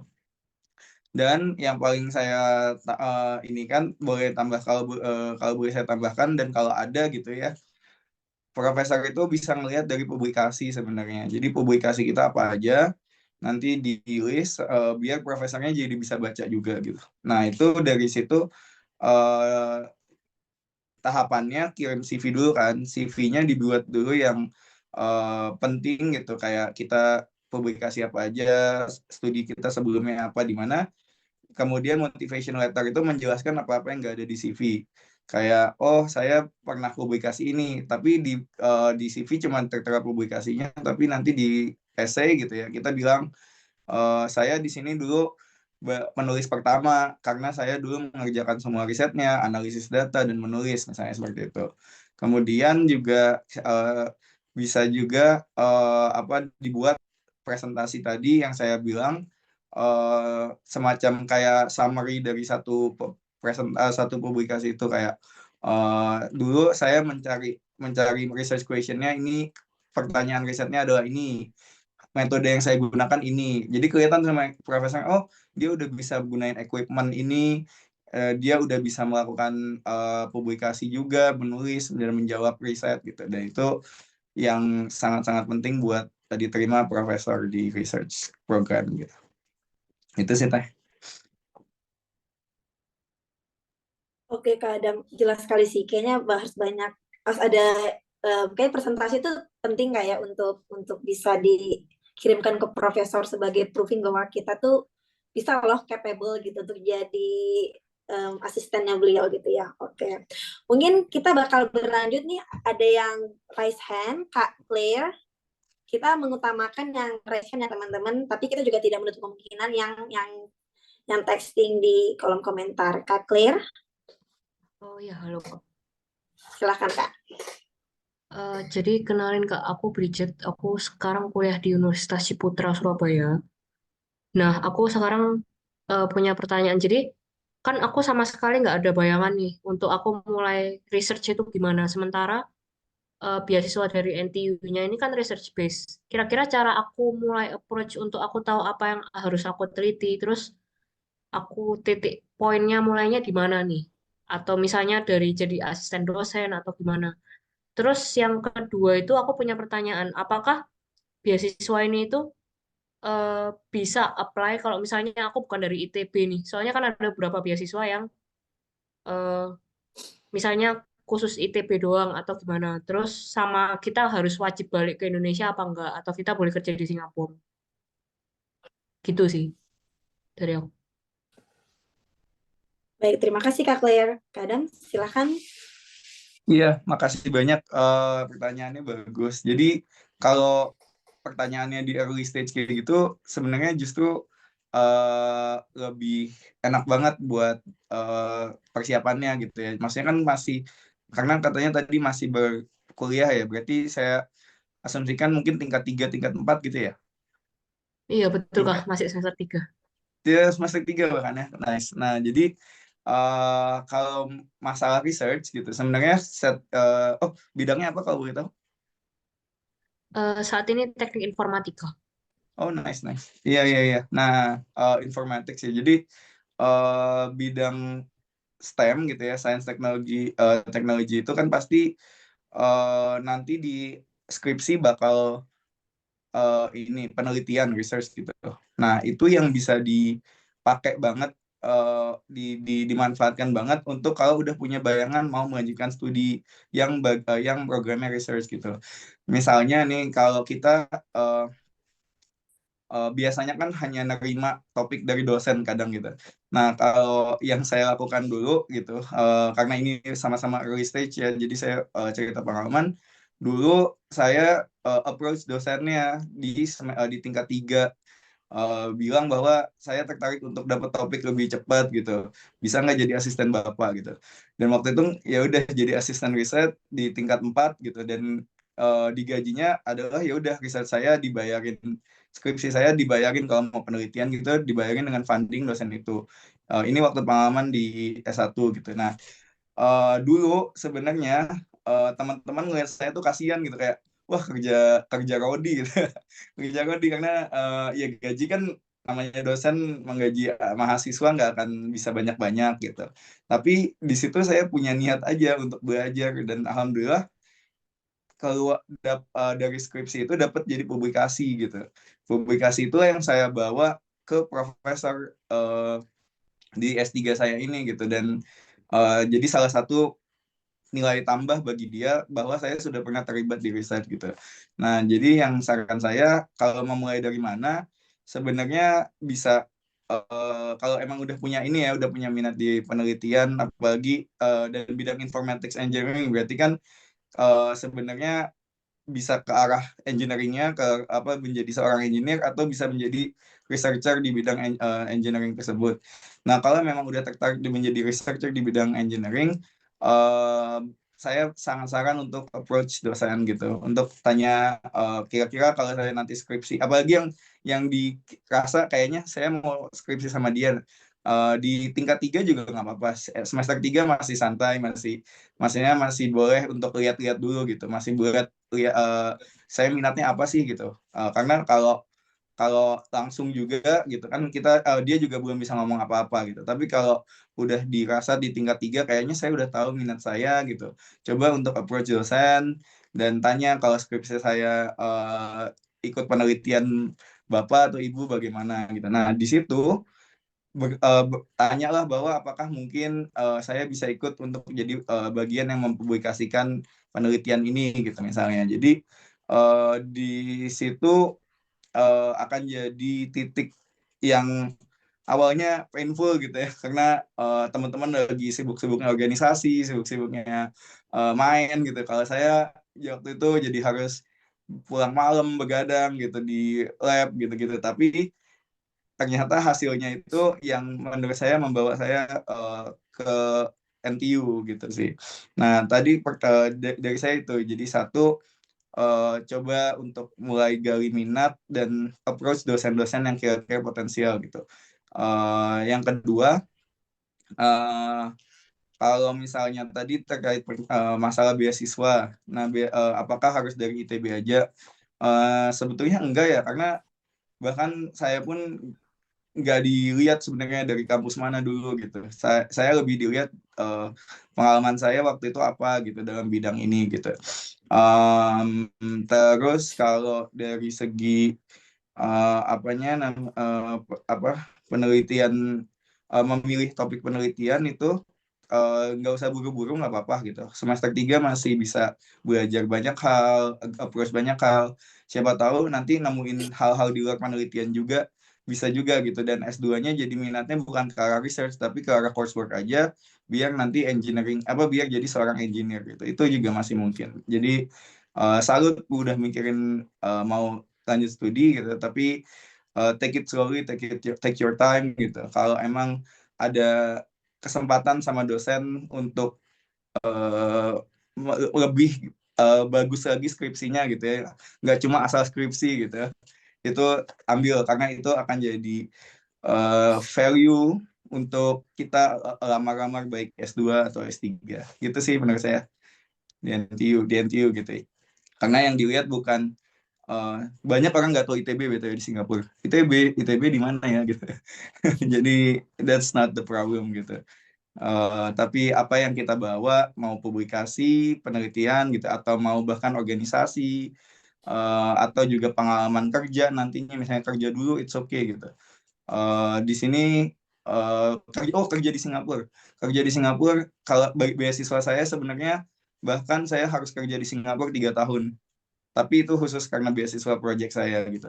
Kebanyakan nggak ada ikatan seperti itu, tapi orang-orang yang lulus dari NTU NUS biasanya di perusahaan di Singapura akan lebih didahulukan gitu sebenarnya. Karena mereka percaya aja gitu, udah percaya sama itu, terutama di bidang engineeringnya. Jadi saya saran banget sih kalau emang computer science, informatics, ini lagi gila-gilaan sih di Singapura. Jadi welcome banget mereka buat orang-orang bertalenta gitu. Itu aja dari Jadi saya. setelah 3 tahun pun misal kita mau jadi PR di Singapura pun sama mereka didukung ya? Nggak ada ikatan gitu ya?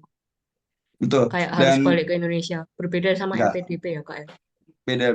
Ya ini ngomongin beasiswa dari NTU kan ya? Iya, Iya, iya. betul. Kalau beda, nggak ada seperti itu. Abis 3 tahun bisa ini. Dan masalah PR tadi sedikit bocoran, kalau udah lulus dari NTU NUS lebih mudah prosesnya karena nggak semua orang diterima jadi PR di sini.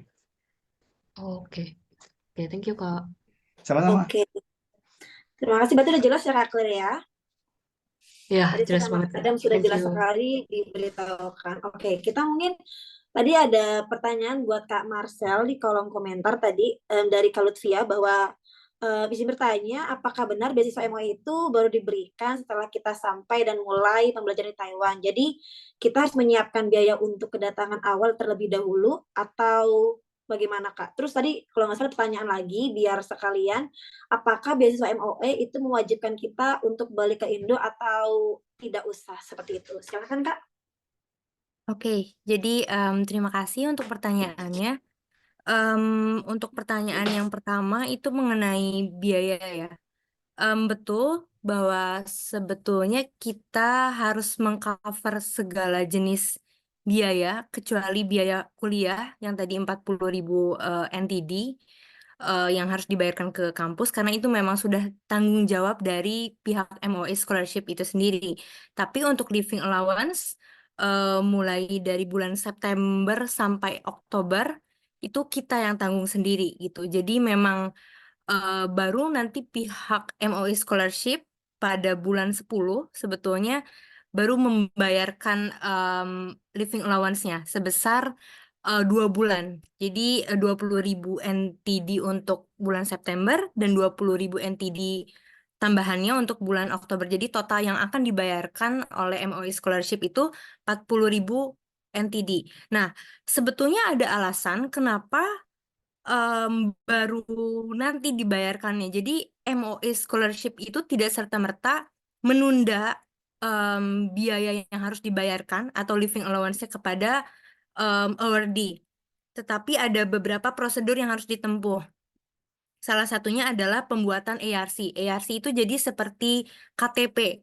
Kita harus punya KTP di Taiwan.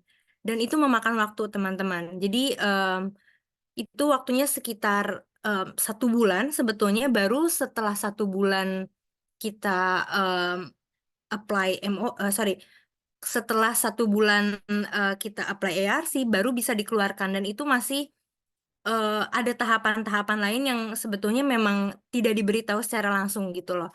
Tahapan apa saja yang harus ditempuh gitu. Jadi memang betul kita harus menyiapkan segala macam biayanya terlebih dahulu, termasuk tiket. Karena tiket untuk pergi ke Taiwan maupun pulang ke Indonesia itu tidak di-cover oleh MOE Scholarship gitu. Jadi teman-teman harus pintar-pintar mengatur biaya yang diberikan oleh MOE Scholarship gitu. Lalu untuk pertanyaan yang kedua, apakah wajib untuk pulang ke Indonesia? Tidak wajib, teman-teman. Jadi setelah teman-teman lulus dari universitas yang teman-teman nanti akan studi di Taiwan, teman-teman berhasil mencapai studinya dengan lancar. Nah, nanti teman-teman bisa pilih sebetulnya, bisa pulang ke Indonesia seperti yang akan aku lakukan nanti atau stay di Taiwan gitu. Jadi tidak ada ikatan apapun gitu. Mungkin itu saja, Kak. Terima kasih. Kak, sepertinya masih termute. Mohon maaf, suka terlalu excited. Oke, mungkin kita move ke orang yang sudah raise hand. Ada Kak Reza. Halo Kak Reza. Halo, Apakah Kak. masih ada? Oke. Silakan Kak Reza, Oke. mau bertanya kepada siapa? Oke, terima kasih atas kesempatannya. Ini ada pertanyaan untuk Mas Adam, terutama yang buat lanjut studi di Singapura. Jadi pertanyaan saya tadi kan ada A-Star dan Singa Scholarship, dan kemudian ada Admission NTU. Nah, setelah saya lihat di Admission NTU ini ditutup 31 Januari, kalau nggak salah. Dan juga kalau Singa ini sekitar bulan Juni. Nah, bagaimana skema yang bisa saya lanjutkan, Mas? Saya rencana lanjut di PSD. Ya, mungkin apakah kita daftar kampus dulu atau Singa baru di NTU, atau NTU lalu di Singa Scholarship gitu. Kemudian yang kedua, mungkin dari persyaratan untuk NTU dari segi English Certificate ini mungkin high ya Mas ya, karena dibutuhkan TOEFL atau IELTS kemudian GRE. Nah, bagaimana jika pengalaman dari Mas Adam sendiri ya, mungkin case sertifikatnya ini tidak memenuhi minimum score. Nah, apakah itu jadi pertimbangan atau penilaian yang paling penting dari pihak kampus untuk menerima student, terutama untuk apply PSD? Mungkin itu saja, Mas Adam. Terima kasih. Terima kasih Mas atas pertanyaannya. Boleh tahu nggak Mas Reza rencana intake kapan? Ambil intake kapan? Rencana di bulan Januari ini, Mas. Ya. Rencana untuk apply untuk S3-nya tahun 2024 kah atau 2025 kah? Iya, rencana nanti dimulai Agustus itu, Mas. Karena kan harus apply bulan ini kalau nggak salah. Iya. Oh, oke. Jadi udah rencana pengen Agustus ya tahun ini ya buat masuk SKIW. Ya, Bismillah semoga lancar. Jadi kalau yang pertama pertanyaannya Singa dulu apa kampus dulu. Sebenarnya yang idealnya Singa dulu. Jadi apply Singa itu mestinya duluan karena nanti dapat application number. Nanti masuk portal NTU tuh ketika ditanya mau pakai beasiswa apa, bisa milih Singa dan ditanya application number-nya berapa. Nah, itu idealnya. Dan yang karena Singa juga punya beberapa persyaratan yang beda dari kampus, kayak ada ISEI gitu, beberapa ISEI gitu, yang lebih banyak daripada persyaratan kampus gitu. Nah, tapi gitu ada case teman saya. Jadi saya ngomongnya by case gitu sekali lagi. Dia itu sudah diterima sama profesornya, tapi deadline Singa itu udah lewat. Dan dia bahkan nggak tahu sebelumnya ada beasiswa Singa. Yang dia lakukan, dia daftar dulu beasiswa lain, dia apply portal kampus, kemudian sambil jalan sama profesornya itu nerima gitu. Nah, setelah discuss gitu ya, setelah diterima sama profesornya, profesornya bilang gitu, langsung aja apply Singa gitu, dan pilih nama saya. Jadi Singa itu soalnya nanti milih supervisor gitu. Terus apply nama saya. Dia lakukan lah, padahal nih deadline-nya itu udah beres Singa untuk intake yang dia mau gitu kan. Nah, ternyata portalnya itu nggak ditutup, tetap dibuka dan tetap dapat application number. Kemudian dia masuk portal, terus dia lanjutkan, terus dia bilang ke profesornya, saya udah daftar nih terlanjur, dan itu kan ada biaya daftar ya, sekitar 500.000 rupiah. Ya udah, kata profesornya daftar lagi aja gitu. Akhirnya dia daftar ulang, dia bayar lagi 500.000, tapi dengan yang kedua itu memasukkan Singa application number. Dan alhamdulillah ternyata dia diterima di Singa beasiswa Singa untuk intake yang udah lewat sebenarnya pendaftarannya itu gitu. Dari situ saya lihat gitu ya, dari ngobrol sama banyak orang sebenarnya, yang paling penting itu sebenarnya kalau bisa lebih ideal lagi kalau udah ketemu profesor yang dituju dan project apa. Kalau yang saya tangkap masih mencari berarti ya profesornya, atau sudah dapat calon supervisornya? Kebetulan alhamdulillah sudah dapat Mas, sudah kontakan. Nice. Ya. Oke. Dan dari dia ada nanti bisa juga ditanyakan kalau dari dia belum ada info, ditanyakan gitu. Kira-kira apakah scholarship apa yang saya bisa ambil gitu di NTU-nya, mau yang Singa atau yang scholarship yang NTU gitu. Yang misalnya Singa itu kata dia bisa daftar Singa, daftar aja gitu untuk intake sekarang, itu ikutin.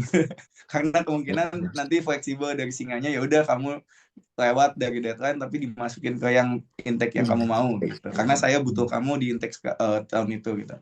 Tapi kalaupun Singa ternyata kata dia udah nggak bisa, langsung aja masuk ke NRF itu, Non-Young Research Scholarship. NRS, Non-Young Research Scholarship.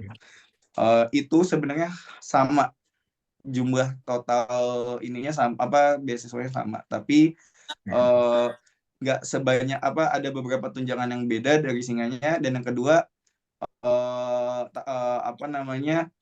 dia itu ada kebutuhan mengajar di dalam kampus sebanyak 400 jam selama 4 tahun kuliah. Jadi ada beda-beda teknis kan. Kita bisa ngobrolin lebih panjang nanti. Poinnya itu akan worth it juga gitu. Karena banyak, dan profesor juga akan mendukung. Kalau udah dapat supervisor, dia akan mendukung Mas, merekomendasi Mas untuk dapetin beasiswa tersebut. Gitu sih, Mas. Siap. Berarti yang bisa. tadi ada yang kedua. Mohon maaf, iya ada yang kedua kan. Mohon maaf sebentar. Mungkin bisa beberapa scholarship gitu ya Mas ya.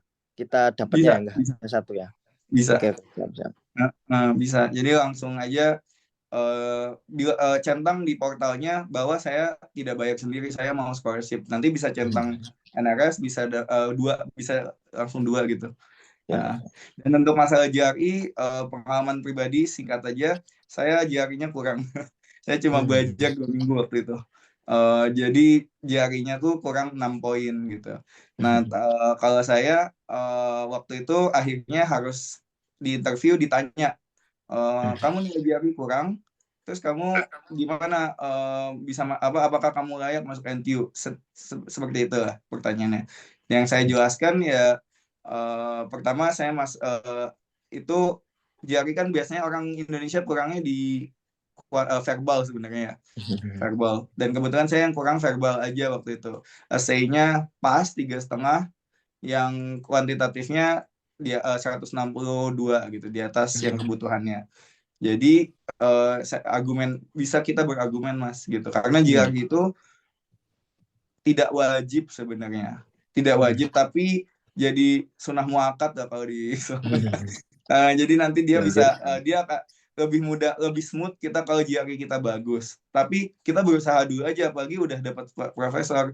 Kita tes, kalau emang dia bilang kita harus tes, ya kita tes, kita submit, hasilnya seperti itu, nanti dari school akan merekomendasikan apakah retake atau enggak gitu.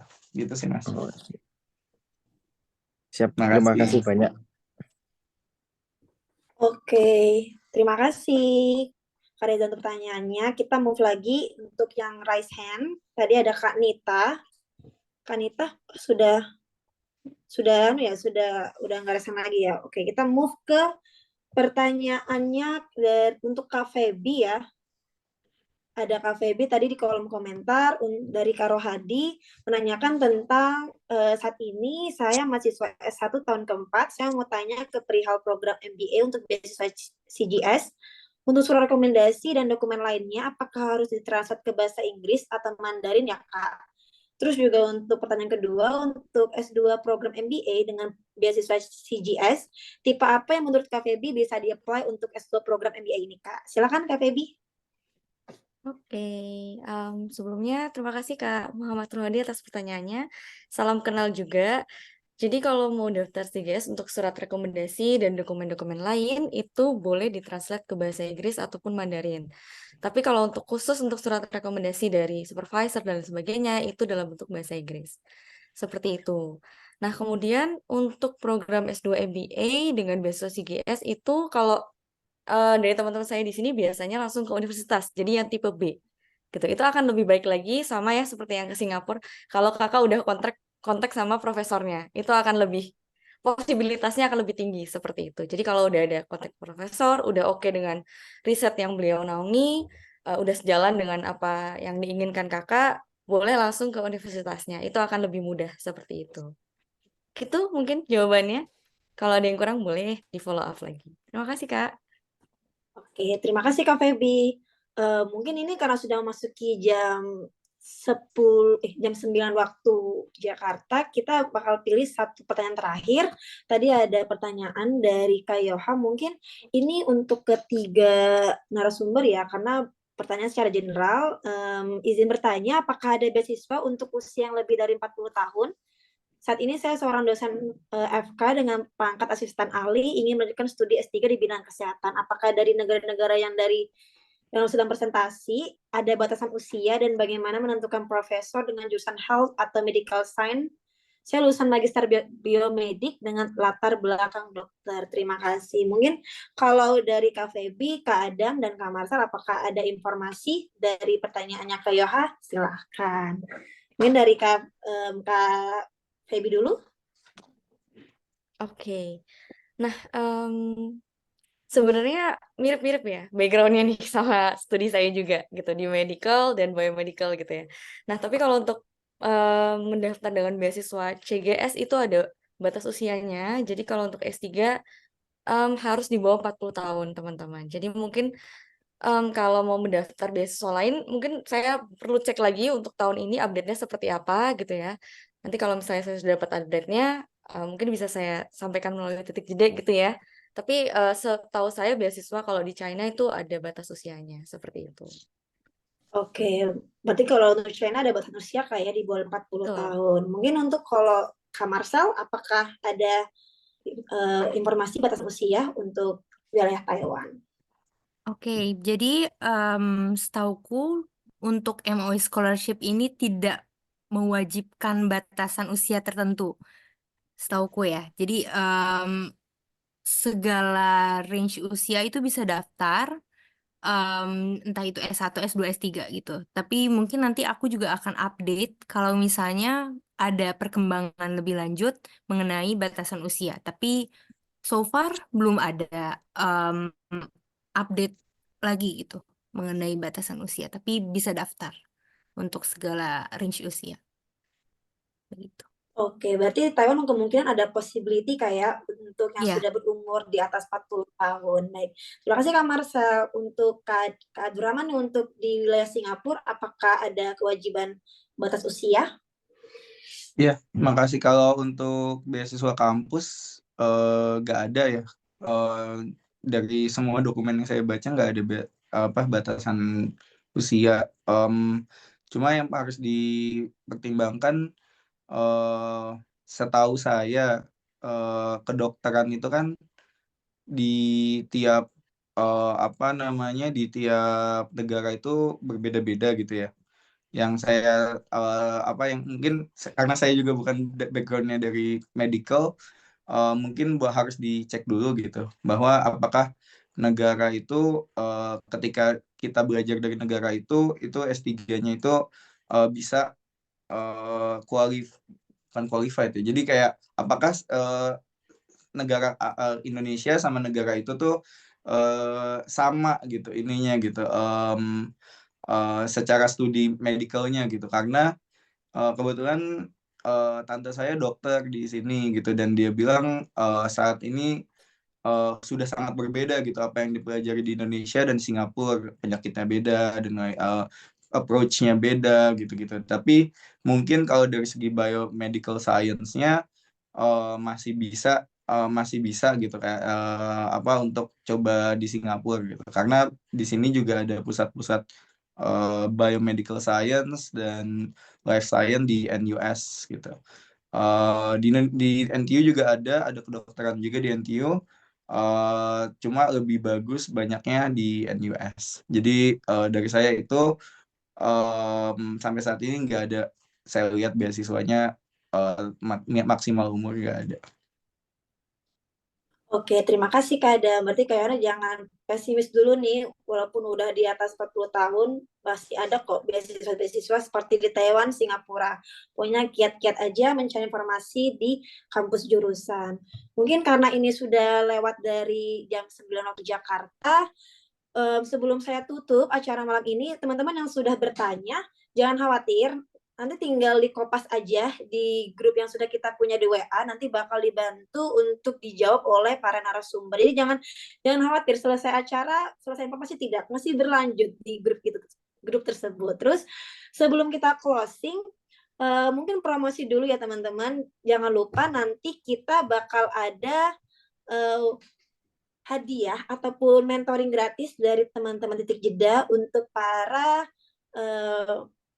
oh ya, udah diumumkan ada di grup juga di kolom komentar bahwa nanti mentoring ini teman-teman cara cukup mudah, cuma tinggal membuat story di Instagram terus post di Titik Jeda bagaimana acara hari ini berlangsung. Terus untuk acara selanjutnya Titik Jeda juga bakal ada webinar lagi nih dengan teman-teman narasumber LPDP, teman-teman yang pengen daftar untuk acara LPDP Titik Jeda minggu depan, bisa langsung daftar aja, di link yang dikirim di kolom komentar. Seperti itu, mungkin itu dulu dari saya, Anis Sulala, sebagai moderator pada malam hari ini. Teman-teman jangan pesimis, tetap semangat untuk mencari beasiswa, karena bakal banyak sekali beasiswa di luar sana. Pokoknya nggak boleh menyerah deh pokoknya. Baik, itu aja mungkin dari saya. Selamat malam. Assalamualaikum warahmatullahi wabarakatuh. Bye-bye. Terima kasih semuanya.